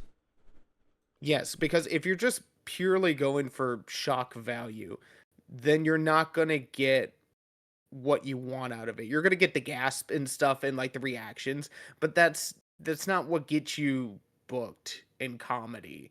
Like you have to be funny and have a point and be able to prove your point in that. Especially if you're doing a political joke, you have to be firm in your stance, but the premise has to be good in itself in order to bring up, but also you have to be able to perform that because there are comics I've seen who are really good at stand up and can pretty much say whatever they want and get away with it because one, their premise is good, and two, they're able to deliver in a way that like nobody feels like they got offended. Yeah, no, I definitely Eh, see that. Matt, do you have thoughts on this? yeah, bro. I mean, me personally, I fully understand that, to be able to be booked and to be able to grow and become popular and then maybe become one of the top, top people like all these comedians have, starting in the little underground clubs, then moving bar to bar and then doing things like that, doing little shows, appearances. Fully understand you got to make the jokes and you got to say things that won't really offend people. But I mean, at the end of the day, no matter what type of joke, no matter what type of people there are, at least in my opinion, someone will always be offended and upset by one thing you say. You could have said 100, you could have said 99 funny jokes, but the one that's what they're gonna, oh, this guy is, homophobic, this guy's racist, sexist, whatever type of shit they want to say. But at the end of the day, I feel like if you look at comedy, and I love watching comedy in the early 2000s and in the 90s and 80s, you watch all these guys and ladies that are, making jokes, saying shit. Bro, it's so sad that in today's cancel culture with all the bullshit and how offended everybody gets from just jokes. Like Matt said, they're just jokes. It's so sad to see that I guarantee 90% of the shit that was said from like the 80s to the early 2000s will get somebody canceled in today's society. But you know what? At the end of the day, fuck them. You're there. If you get laughs, you get laughs. You get booze, you get booze. But you know what? Just look at a prime example. Dave Chappelle, an openly transphobic comedian, one of the most popular and one of the most known comedians throughout everywhere. He's always getting booked, always sold out shows, always having appearances, even on SNL, which SNL is, very particular with who they bring on just so they don't piss off people. That's the type of thing you need. But then, you have other comedians like Joe Coy, who he doesn't really talk about politics. He doesn't talk about anything. He just cracks funny jokes and stories and shit from his past. But in today's society, you got to gamble, bro. You got to roll the dice, see what it is. But at the end of the day, no matter what, bad publicity is still publicity. And you know what? Some people may like it, some people may not. At the end of the day, everybody can go fuck themselves, bro. You know? Yeah, and that kind of rolls into this idea that like comedy is subjective. Like, what is funny? What is going to get laughs? What is not? And comedy has changed, much like everything else in society. You know, like music has changed, comedy has changed. Society has progressed in a way. It has progressed past some of that stuff that was said in like the 80s, 90s, early 2000s. Like, you could say it then, you can't say it now. I mean, some people still say it now, and that's up to them to make that decision. But for me personally, I want my comedy to make people feel good, either forget their problems or we laugh about the problems together so we feel better about ourselves. And I don't like doing a show where someone feels like they feel worse about themselves or what's going on because I said something. But that's also who I am as a person. Like, I don't want to be a mood killer or like change the vibe, if you will, to something where everyone's like, "Oh, this sucks now." I don't want to be that person. But there are some people who can, like I said before, if you can say it the right way and deliver it the right way, you can still get away with stuff. I just think now people are more aware of things now because of social media and access to information. I think people just have to be more clever when they're writing these jokes and really have the trust of the audience and be like, "Hey, I got this wild idea. You guys should follow along with me before you judge me." And that's generally the thing. It's like you want to earn that trust because some people just go out of the gates swinging, and you don't want to do that because then these people won't trust you to make jokes. Even if it's just like a simple knock knock joke, they'll be like, you don't have that trust. So I think a big thing is like making sure the audience can trust you to make a joke like that. And then when you do that joke, you got to make sure you hit everything just right. Otherwise, it could, spell disaster for the rest of the set. Do you think that sometimes when you're writing jokes, you feel like you kind of have to, like maybe you have to work around some certain thing in order to kind of stay politically correct or like cater to certain demographics or something like that in order to not offend them? Do you feel like you kind of experience that at times? I'm not too worried about like political correctness. Like, that's not something where like I read a joke, I'm like, oh, that's not PC enough. No, I'm like, is this funny? Can I do this joke? Because sometimes I've written jokes that are good, but I can't deliver it because I don't fit. I'm not the right person to tell that joke, which is something that does happen every so often with comedy. It's like someone writes a joke, it's good, but I can't talk about it, but so and so can because it relates to them more. So I'm not too worried when I write jokes. I generally write stuff that's like, I don't try to provoke reactions. I don't try to like get people riled up or offended or anything. I like doing comedy where it's like, this stuff is stupid and I want to talk about it. Or it's like, this happened to me. It's pretty funny. Let's talk about it. That's generally my style. But I've seen people who are like, they have a good premise or they have a good idea for a joke, but it takes them a while to figure out what that angle is. Like, there's a right combination of things. Like I said before, there's a right combination of things you have to do in order to like do a joke that could be considered like controversial, but in order you have to get it right. Otherwise you sound like an asshole with a microphone.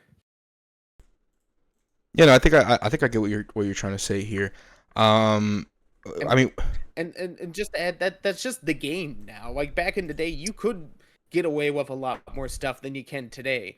And like I said before, people are more aware of stuff now, so maybe that's why it seems like there's more like PC culture. If it is PC, is it PC culture, or is it just some people are just more aware, or they just won't tolerate others being punched down? And sometimes it's just like being lazy because they're just recycling points that other people have already said. So I think if you're going to write something that is potentially offensive or controversial or not PC, you have to have the right combination in order to be able to do some of these jokes. I agree. What do you think about kind of? I mean, I think I know, or rather, I think this is kind of old news, but Dave Chappelle has gotten, like Maddie was kind of mentioning it. He's gotten into some kind of hot fire pretty recently, where or I think it actually hasn't been that recently, but either way, he's gotten into some fire about his transgender jokes. What do you think of, like, I don't know if number one you heard it, but what do you think about those jokes and his delivery of them, do you think that that kind of falls under the category of just trying to be controversial for the sake of being controversial, or what do you think about that? Well, just look at this conversation right now. You're asking, is this funny or not? And generally, if something is funny, you don't have to ask if it is funny. Granted, Dave Chappelle will always be Dave Chappelle. He is a legend in comedy with between the Dave Chappelle show, all of his specials, and like movies and stuff he's done. Nobody can take that away from him. But there's also a debate too that some of these older comedians are just out of touch with reality because now they have too much money and they don't know what it's like day to day living in society. They live their own lives, they have their own finances, they live in their own bubble, and then they come out and they do these tours and then they say wild stuff, like stuff talking about transgender people, for example, and then it doesn't hit because either they have been away for so long that they just I'm not saying that like Dave Chappelle doesn't know how to do comedy, but maybe he doesn't know how the game is now versus like back in like the early 2000s, like like a guy like Michael Jordan might struggle to play in the NBA today because there's been so many changes to the game. Not necessarily that he would still be a bad player, it's just he may not understand what has changed. Yeah, there's more restrictions. There's more obstacles than how things were before. Yeah, and also uh feel more audiences feel like they can have more sway and being like, "Oh, I shouldn't laugh at this cuz I don't find it funny or I find it offensive." And audiences feel that way, especially now with like social, like I said, social media, access to information, and being able to like understand different points of views and stuff, and understand how maybe something someone said back in the '80s can still hurt people today.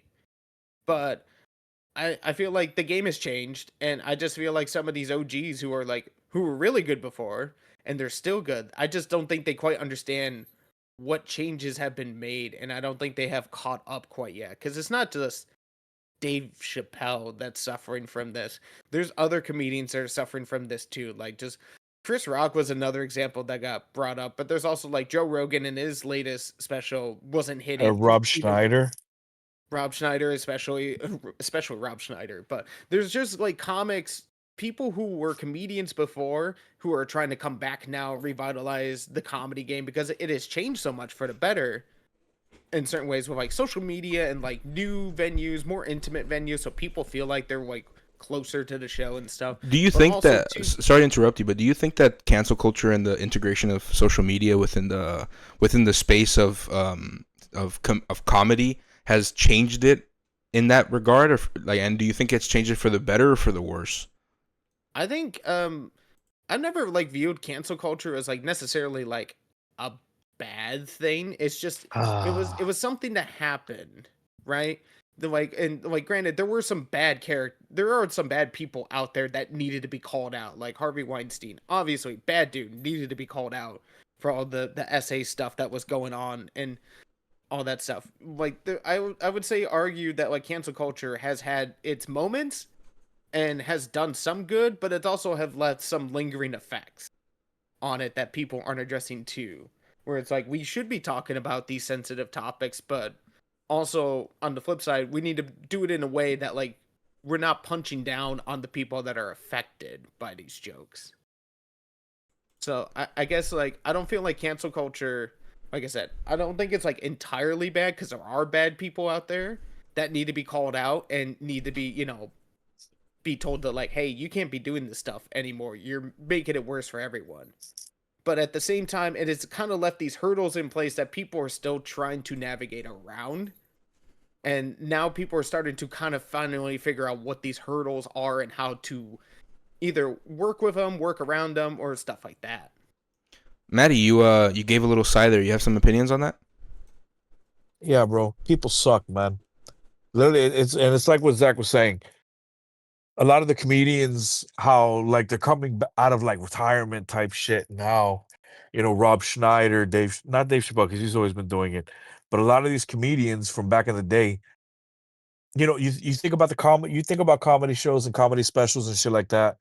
From back in the day, people talked about issues. Not even they talked about issues in just regular day to day life, They talked about homosexuality, politics, celebrities, day-to-day lives of regular people and shit. And everyone would laugh. And everyone would, agree, not even agree, but just have an understanding where it's like, damn, that's true, haha, or that's not true, but haha, you know? And with today's society of everyone wanting to cancel, yes, I understand some people need to be taken out of the spotlight because maybe their message or their persona is maybe negatively influencing people, or maybe what's the word, maybe the way I could describe it is maybe taking a shit on something that's already set in stone and it's already works and it has a system and a flow. But the whole bullshit of like, oh, this comedian made a joke 30 years ago, we should cancel him now that he's 60 or 50 years old. Like what the hell? You literally, anybody that watches shit, bro, Eddie Murphy, Chris Rock, Joe Coy, Dan Schneider, Gabriel Iglesias, George Lopez, listen to any of these effing comedians from back when they started 20, 30 years ago or more to now. Now everyone has to be careful, but then again, comedy is subjective. You know, somebody can make jokes about religion, politics, this and that, but the people that it's not maybe that aren't personally affected towards maybe that specific religion, a specific political views or anything like that, maybe they'll find it funny, maybe they won't, you know. But it's just, in today's society, I feel that there's been too many restrictions because people get offended by shit too easily, and I think honestly so ridiculous that people get offended by shit so easily, especially with comedy. It's a joke. Jokes are made for, jokes are a joke because you don't mean it. It's just to make a laugh or relieve tension, you know? But with everything that happens now, bro, it's such a shame that we could even that like we already know from how we experience the world today with the whole cancel culture and the bullshit that goes on, that we already know that if we get any of these comedians or shit from back in the day to now, after their first show, oh, canceled, no longer doing comedy, no longer able to do shows. This company dropped them. Maddie, Excuse me. would you say that comedy today is dead?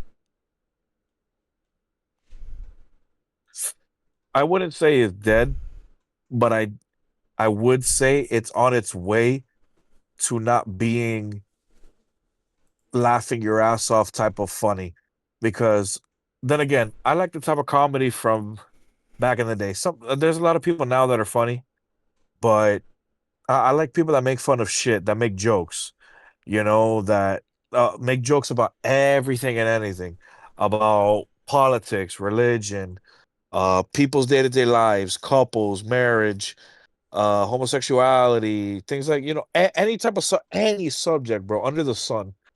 I find that funny. That's because it's jokes, because you can either relate or you can't. But getting upset at somebody over making a joke, that's like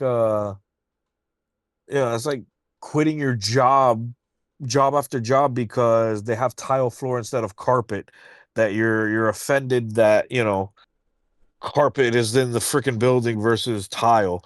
It's like, bro, just because you don't like carpet, you're gonna ruin everybody else's day and say shit like, bro, get the fuck out of here, go fuck yourself. It's not for you, it's not for you. Don't make a big deal. Just go find what you're comfortable with. And that's another thing too, bro. People want to do all this bullshit like, oh, I'm offended by this joke. Do you even know the comedian? I've never seen his work, but I saw that clip that went viral and I hate him now. It's like, you don't even know him. What if it was taken out of context? Or you know what, you didn't find it funny, then it's not for you. But the thousands of other people that found it funny loved it.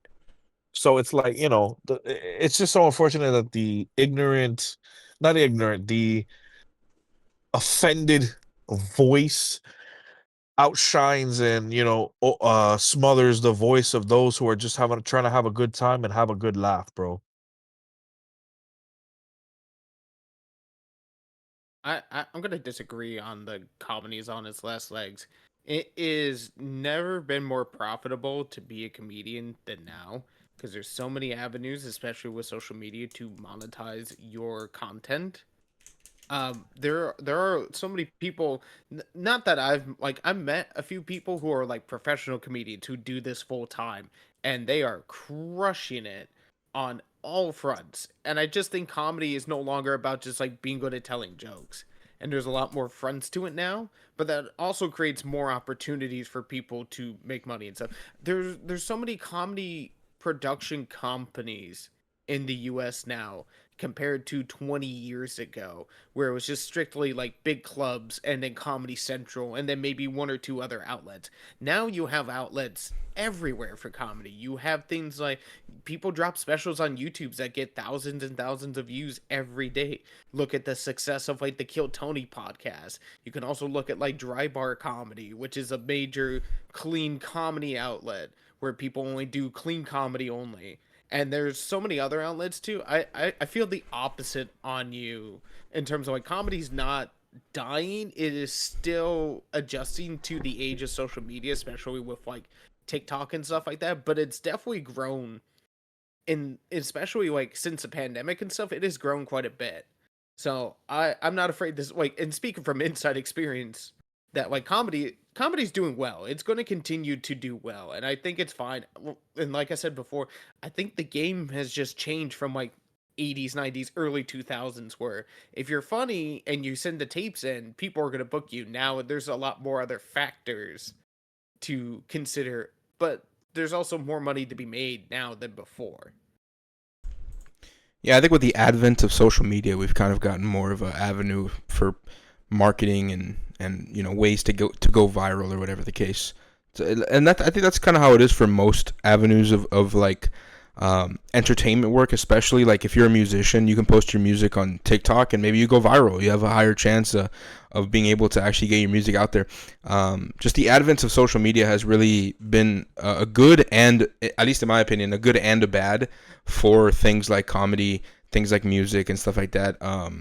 I think for comedy even worse because it's more of like an opinion based things because a lot of comedians, they like to put like their own political beliefs or their own like religious beliefs or their own opinions kind of and intertwine them within their comedy, and people obviously will have differing opinions about that and whatnot. And I think the advent of social media has allowed them to be able to spread their comedy more so and more effectively, but it also got the same kind of got the opposite reaction as well, where their comedy also will might also cause them the downfall of their own career because of things like cancel culture, political correctness, things of that nature.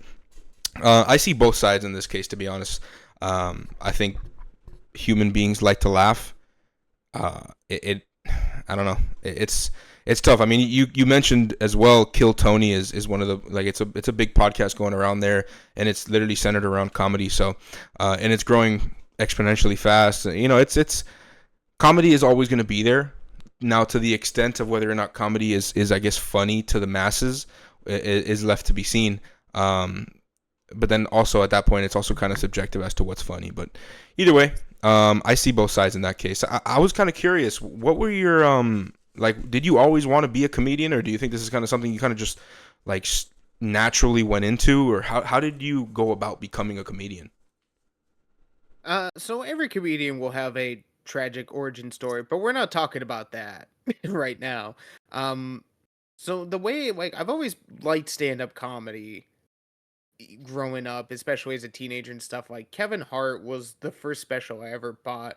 Let Me Explain was the first special that I ever got. And then I watched like Gabriel Iglesias and Jeff Dunham, but also like I saw the rise of like Amy Schumer as well, Sarah Silverman. But then I went back and like I've always been fascinated by comedy because it's a very interesting medium to like tell stories and tell ideas and stuff, and even going back like all the way to George Carlin, who was just dropping special after special and just had all these things to say. And I'm like, it was very fascinating. But being up in Syracuse, there wasn't really a comedy scene, so there wasn't really a chance for me to like go and like try comedy. And then when I got offered a job to come to DC, it took me a little bit, but eventually I did start doing stand up comedy down here. So that's like comedy wasn't always like in the forefront of my mind. Like, I want to try this. But when I knew when I was moving to DC, I was like, okay, I'll finally have an opportunity to actually try this and see where it takes me. And it's taken me pretty far so far. Oh, well, that's good. Yeah. I was also curious. How old were you when you did your first special, or I guess when you did your first stand up?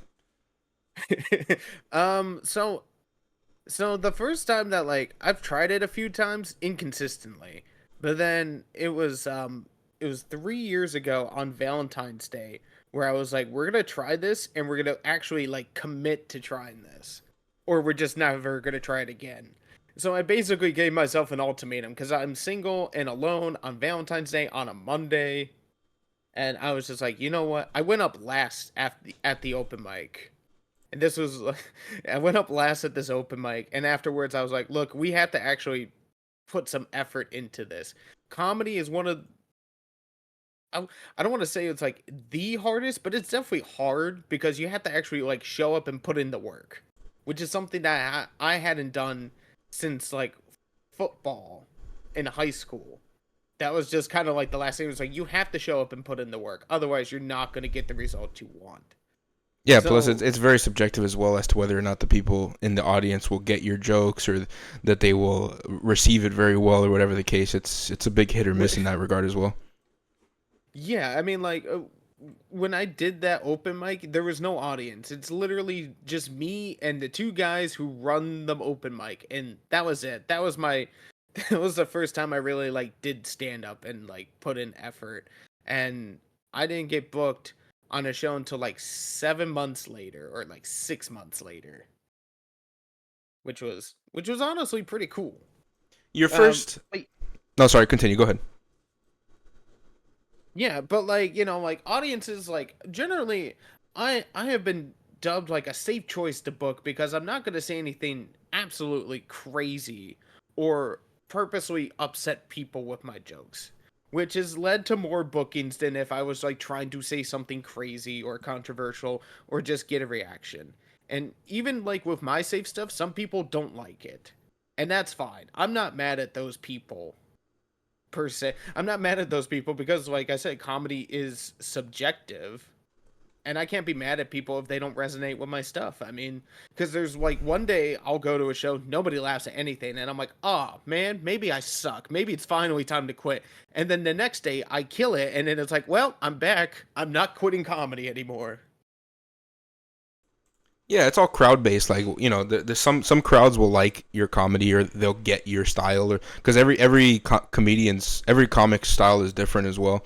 You know, every crowd will kind of just resonate more with different styles and whatnot. But yeah, that's like, was there ever a moment that you really like a moment that you really bombed and you were like, shit, this was really bad? It's like, and were you able to fix it in that moment, or did you kind of have to just sit with that bad taste in your mouth of you bombing that day or whatever the case? So when you bomb in comedy, you kind of have to sit with what just happened. Like if you ever seen a car accident happen in front of you, you kind of just have to like sit for a moment and just realize what happened. So one of the worst bombs I ever had was like a Sunday show. It was a free Sunday show in like Northeast DC. The city's divided into like four quadrants. So it's like in Northeast DC. I drive like an hour plus to get to this show. And then I get there, there is like three people in the audience. And then I go up pretty early on and just nobody was digging anything that was going on. And then afterwards, I really thought about quitting comedy at that point. I'm like, you know what? Maybe it's time to throw it in. Maybe it's time to throw in the towel and just call it quits and not drive an hour plus to get to the show on a Sunday when I have work the next day. So when you do bomb, like you kind of have to sit with it. But sometimes the best way to like get out of like sitting with it for too long is to just go do another set and see if the same thing happens. Because there's been times where it's like I bomb at one show, go to another show, not feeling great, and then crush it afterwards. And I've had the opposite too, where it's like I go to my first show, I do really well, go to the second show, and then bomb, and then it's like, well, that's my night. Yeah, no, it really is a hit or miss. Like, especially when you're doing those kind of open mics, I would assume, like, I don't have experience in this, but I would assume when you're doing those kind of randomized shows, you're getting random crowds. When would be, if it's, difference, or rather, kind of compare that to when you're kind of the main attraction for the show. Everybody's kind of going for you, for your style. But when it's like a random, show that you're going to, and you're just one of the comics that are going to be performing that day, it's just everybody's just going there, and they don't know what they're going to get, and you don't know what you're going to get in terms of audience either. So you can get bad reception, or you can get really good reception, and at the end of the day, it's just based off of whoever's there that night in the club, basically. I would assume so. Yeah. Oh, totally. Because I've had shows where I thought I did bad, and then I get off stage, and then the show ends, and then people come up to me and they're like, "Hey, you did really great. I really liked this one joke," and then they will tell me the joke back, and that's kind of the secret. Is like if someone could tell you your joke back to you, it means one, they paid attention, but two, you did well, at least with that person. But yeah, like doing like audiences, like you never know what you're gonna get. And I just try to not have any expectation. The only expectation I try to go on stage with is like, I'm gonna kill the set, gonna be a great time, and the audience is gonna love it. And that's the mentality you kind of have to go in with. Because if you're just like, oh, this is gonna suck, I don't want to do it, then you're just gonna, that energy follows you on stage. So whatever energy you bring on stage will kind of, sometimes it will determine your entire set. Because there's been times where I've done showcases where nobody's really done too well because they're like, oh, there's like 9 people in the audience. This room fits 50. WTF. And then I go up there with the energy. It's like, hey, there's 9 people in the audience. They came here to laugh. I'm going to make them laugh. And then I have a really good set. And then people are always like, how did you do that? And I'm like, fix your energy. That's cool. That's cool. Um, What would you say was probably like your best received show, where you walked into there, you started your set, and the people were just laughing from start to finish. It was awesome. Like, your best show in that regard. I had a really good show last year. So I used to run this show at a bar in DC, at a sports bar in DC, where we would do an open bar deal for like, so we would open doors at 8 and have this open bar run from 8 to 10, but the show wouldn't start till like 9. So generally, when you have an open bar like that, people come flying in just to like drink. And then I had a really good set that night. Unfortunately, I didn't record myself because I was an idiot. So sometimes you'll have a really good set of like, oh, that's going to be really good tape. And then you find out afterwards you didn't have everything set up. So I think about that set once in a while because I'm like, oh, that's a really good set. That was a lot of fun. Probably one of the best feelings I had. It's like I went up, I was hosting, I had a really good host set, and the rest of the show went really great. Like there was no notes. Everybody did well. I could definitely relate to that. I remember, not the comedy part, because obviously I'm not a comedian, but I used to do boxing for a long time, and I remember I was training for a while. I was doing sparring, getting my ass kicked left and right every single week. I would spar. I would get my ass kicked, and I had my sister there. She would always like kind of be there when I'm doing it. When I'm doing the training and everything like that, she kind of just be there in the gym and everything, and she would record most of my sparring sessions just so I can kind of see what I'm doing wrong and be able to kind of like tweak my technique and whatnot.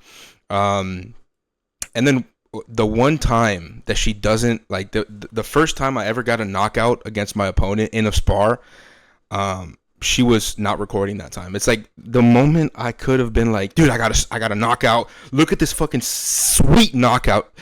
She was not recording. It sucks. I definitely can sympathize with you there, where you have a good show and everything, and you just realize, fuck, I'm not even recording this shit.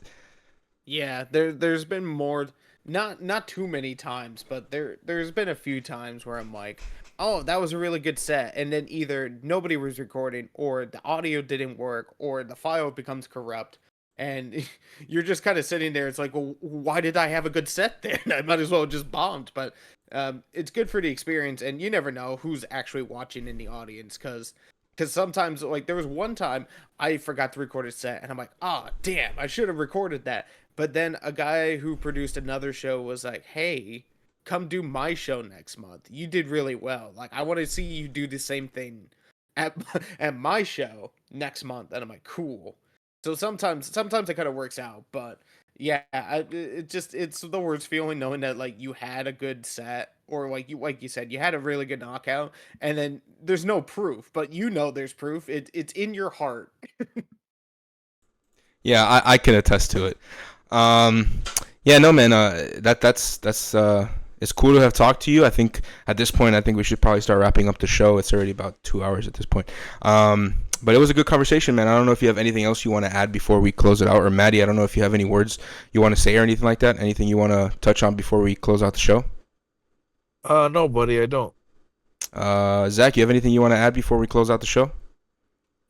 No, just it's been an interesting conversation. I enjoyed talking about the Reddit threads and stuff, but also just getting a chance to talk shop, if you will. Yeah, man, it was interesting to see kind of your perspective and, you being in the comedy space. We've kind of, me and Maddie and some of our coworkers and friends, we've kind of had conversations about the comedy space and whether or not some jokes can go too far and things of that nature, like, cancel culture and stuff like that. And we've kind of always wanted to have a comedian come on the show. And when I saw the message that you sent in, that you were interested to be on the show and that you were a comedian, it was like, oh, this is perfect. We can have a comedian on the show. We can talk to him about these different topics about the comedy world and everything like that. So it was interesting to see your perspective on it and your individual experience when it comes to that scene and kind of how the comedy world, the dynamics of it today. It's cool to talk about that, man. Yeah, I appreciate the time you guys give me to just come on and talk comedy. It's not often I get to just talk about comedy, or I'm used to people being like, "Oh, you do comedy? Tell me a joke." And I'm like, "You're not going to go up to like LeBron James and be like, "Oh, you're an NBA player? Make this three-pointer right now." Yeah, no, it's definitely weird where to a certain degree you have to have that environment. You have to have that kind of built up, I don't know. I guess environment is probably the best word, where you build it up and then you get to that joke and you're able to say it. Telling somebody, oh, just make me laugh, tell me a joke or something like that. It's just kind of, it won't hit as well, Yeah, and especially if someone's like, "Tell me a joke," I have to start telling people now. I'm like, "No, you have to pay me $20 or come to a show." That's the rules. You either pay me $20 and I tell you a joke, or you come to one of my shows and pay to hear me tell a joke. Yeah, there's no free jokes out here. What is this? But In this economy, are you kidding me? no, yeah, but it was cool to have that conversation with you, man, and see your perspective on it. I really do appreciate it. Just so you guys know and remember, Zach is going to have some shows coming up soon. So Zach, tell him about that. Yeah, I have some stuff, depending on when this episode release, I have some stuff coming up in DC. I will also be back in Barcelona again in June. So if there's anybody in Barcelona listening, I'll be at the English speaking club in Barcelona, the Comedy Clubhouse Barcelona. I'll be back over there in June. And I have some more projects and some more shows coming up. To be announced, but that's why you can follow me on all my social media platforms. Stay up to date with what I'm doing, and if you enjoyed that, make sure to follow me. Like I said, Zach Haines Comedy on all platforms. Zach is spelled Z-A-K. There is no C. If you type in Z-A-C-K, you will not find me. Yeah, all those links will be in the description down below, as well as all the other stuff that we kind of promote on here, but his links will definitely be in the description down below. So make sure to go check out his stuff. And if you're in the area from where he's from and where his shows are going to be, make sure to go check out a show. I think that'd probably be awesome. If I was in that area, I definitely would go check it out. But I'm all the way down in damn South Florida. But either way, but yeah. Other than that, again, I appreciate you for coming on, Zach. We appreciate the conversation, and it was interesting to kind of get your perspective on everything. So we appreciate you coming on, and it was a good episode. Zach was a great guest. So with that being said, I don't know if either one of you guys have any final words about anything we spoke on today or anything of the sort before we close out the show. No, not really, man. Zach, we really appreciate you being on the show, and it was really cool to have our first comedian on the show and really get like a nice, overview and oversight into how that world works from somebody who's in it. So thank you very much for that. Well, like I said, thank you guys for giving me your time on your platform, and I appreciate it. Phenomenal. But yeah, that's pretty much the show. Thank you very much. Thank you so much, guys, for watching. We appreciate it. We appreciate every single second that you invest with us here on the CatFiveBoys podcast. Again, you could have been doing anything else. You could have been listening to anything else. But instead, you're here listening to my voice, Maddie's voice, and in today's episode, Zach's voice, talking about a bunch of random stuff. So we appreciate it very much from the bottom of our hearts. We're very grateful. Disclaimer: the views expressed on the CatFiveBoys podcast do not necessarily reflect by the individual guests and or hosts do not necessarily reflect the views of the CatFiveBoys podcast. Further disclaimer: the topics that we speak on sometimes can get a little bit dark, sometimes can get a little bit insensitive, sometimes can get a little bit sensitive. Sorry. If that's not your thing, this might not be the show for you. 1 second here. I keep doing this, so I'm sorry. I'm going to have to... Okay, I keep doing this. Either way, we have clips. If you can't catch the full shows and you want to get some of the best bits of each episode, I say again, some of the best bits, because then what would be the point of the whole of the episodes if you get all the best bits? You know what I mean? So if you want to get some of the best bits, some of the funniest parts, some of the more controversial ones, maybe some of the insightful ones, we post clips on Instagram, TikTok, and on YouTube. If you're watching on YouTube right now, we post shorts on YouTube as well. So check those out if you want to get some of the more digestible parts of each show. Some entertaining parts of each show. They are pretty cool clips. We're going to start posting more as we go along. I'm starting to get into the habit of posting more clips, making more clips, and posting them more often. But yeah, that's on again, TikTok, Instagram, and on YouTube Shorts. We post clips. All of those are at CatFiveBoys. If you want to be a guest on the show, maybe you disagree with some of the... oops, that's the wrong page. Maybe you disagree with some of the views that I espouse, that women shouldn't be able to vote, or maybe that women should be submissive to their husbands, or maybe you disagree with Maddie on being a simp, or maybe you disagree with another past guest that we've had on the show. We've had several guests that have been on the show as of now, and for example, Aubrey Kana, we had him come on last episode for a debate with another one of our guests, Stephanie Kendall. He heard the Stephanie Kendall episode, and he reached out to me and he said, "Hey man, I want to debate her on these topics." She agreed, and we scheduled a debate. We had a good debate. We had a good entertaining episode there. So in in cases like that, if you guys want to debate one of our past guests, I'd be more than happy to schedule that, make that happen. But again, even if you want to just have a conversation, you want to talk about something cool that's happening in your life, just send us a DM on Instagram at CatFiveBoys, letting us know that you're interested in being on the show. Maybe a little bit of a bio of yourself as well, and we will schedule you to be on as soon as possible. Let's see here.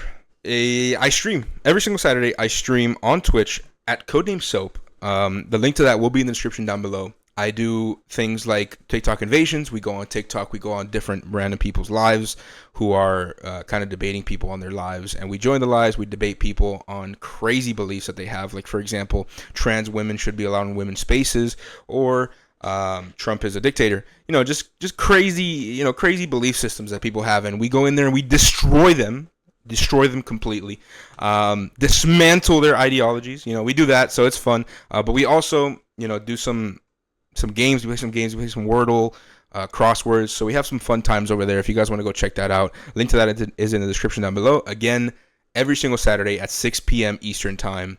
We have a lot of fun over there. If you want to go over there, talk some shit to me or whatever the case, that'd be greatly appreciated. We have, again, I don't like to call it merch, but we have a store where we sell rosaries. Again, I'm a very devout Catholic, and a pillar of my faith is my devotion to the Blessed Virgin Mary. A very good tool and or weapon that she provided to us is the rosary, and we sell those on the store. If you guys want to just go check it out, just give it a look-see. Again, you don't have to buy anything, but if you want to just check it out, that'd be greatly appreciated. We're going to add more stuff on that store as time goes on, but for now we just have the single decade rosary in wood and in volcanic rock. We're going to add shirts and stuff like that later, so yeah, keep an eye on that as well. Again, thank you so very much to each and every one of you for listening and tuning in. We post every single Wednesdays and Fridays, and with that being said, again, thank you so much for everybody tuning in. Have a great night, and God bless. Have a great night, everybody. Yeah, that was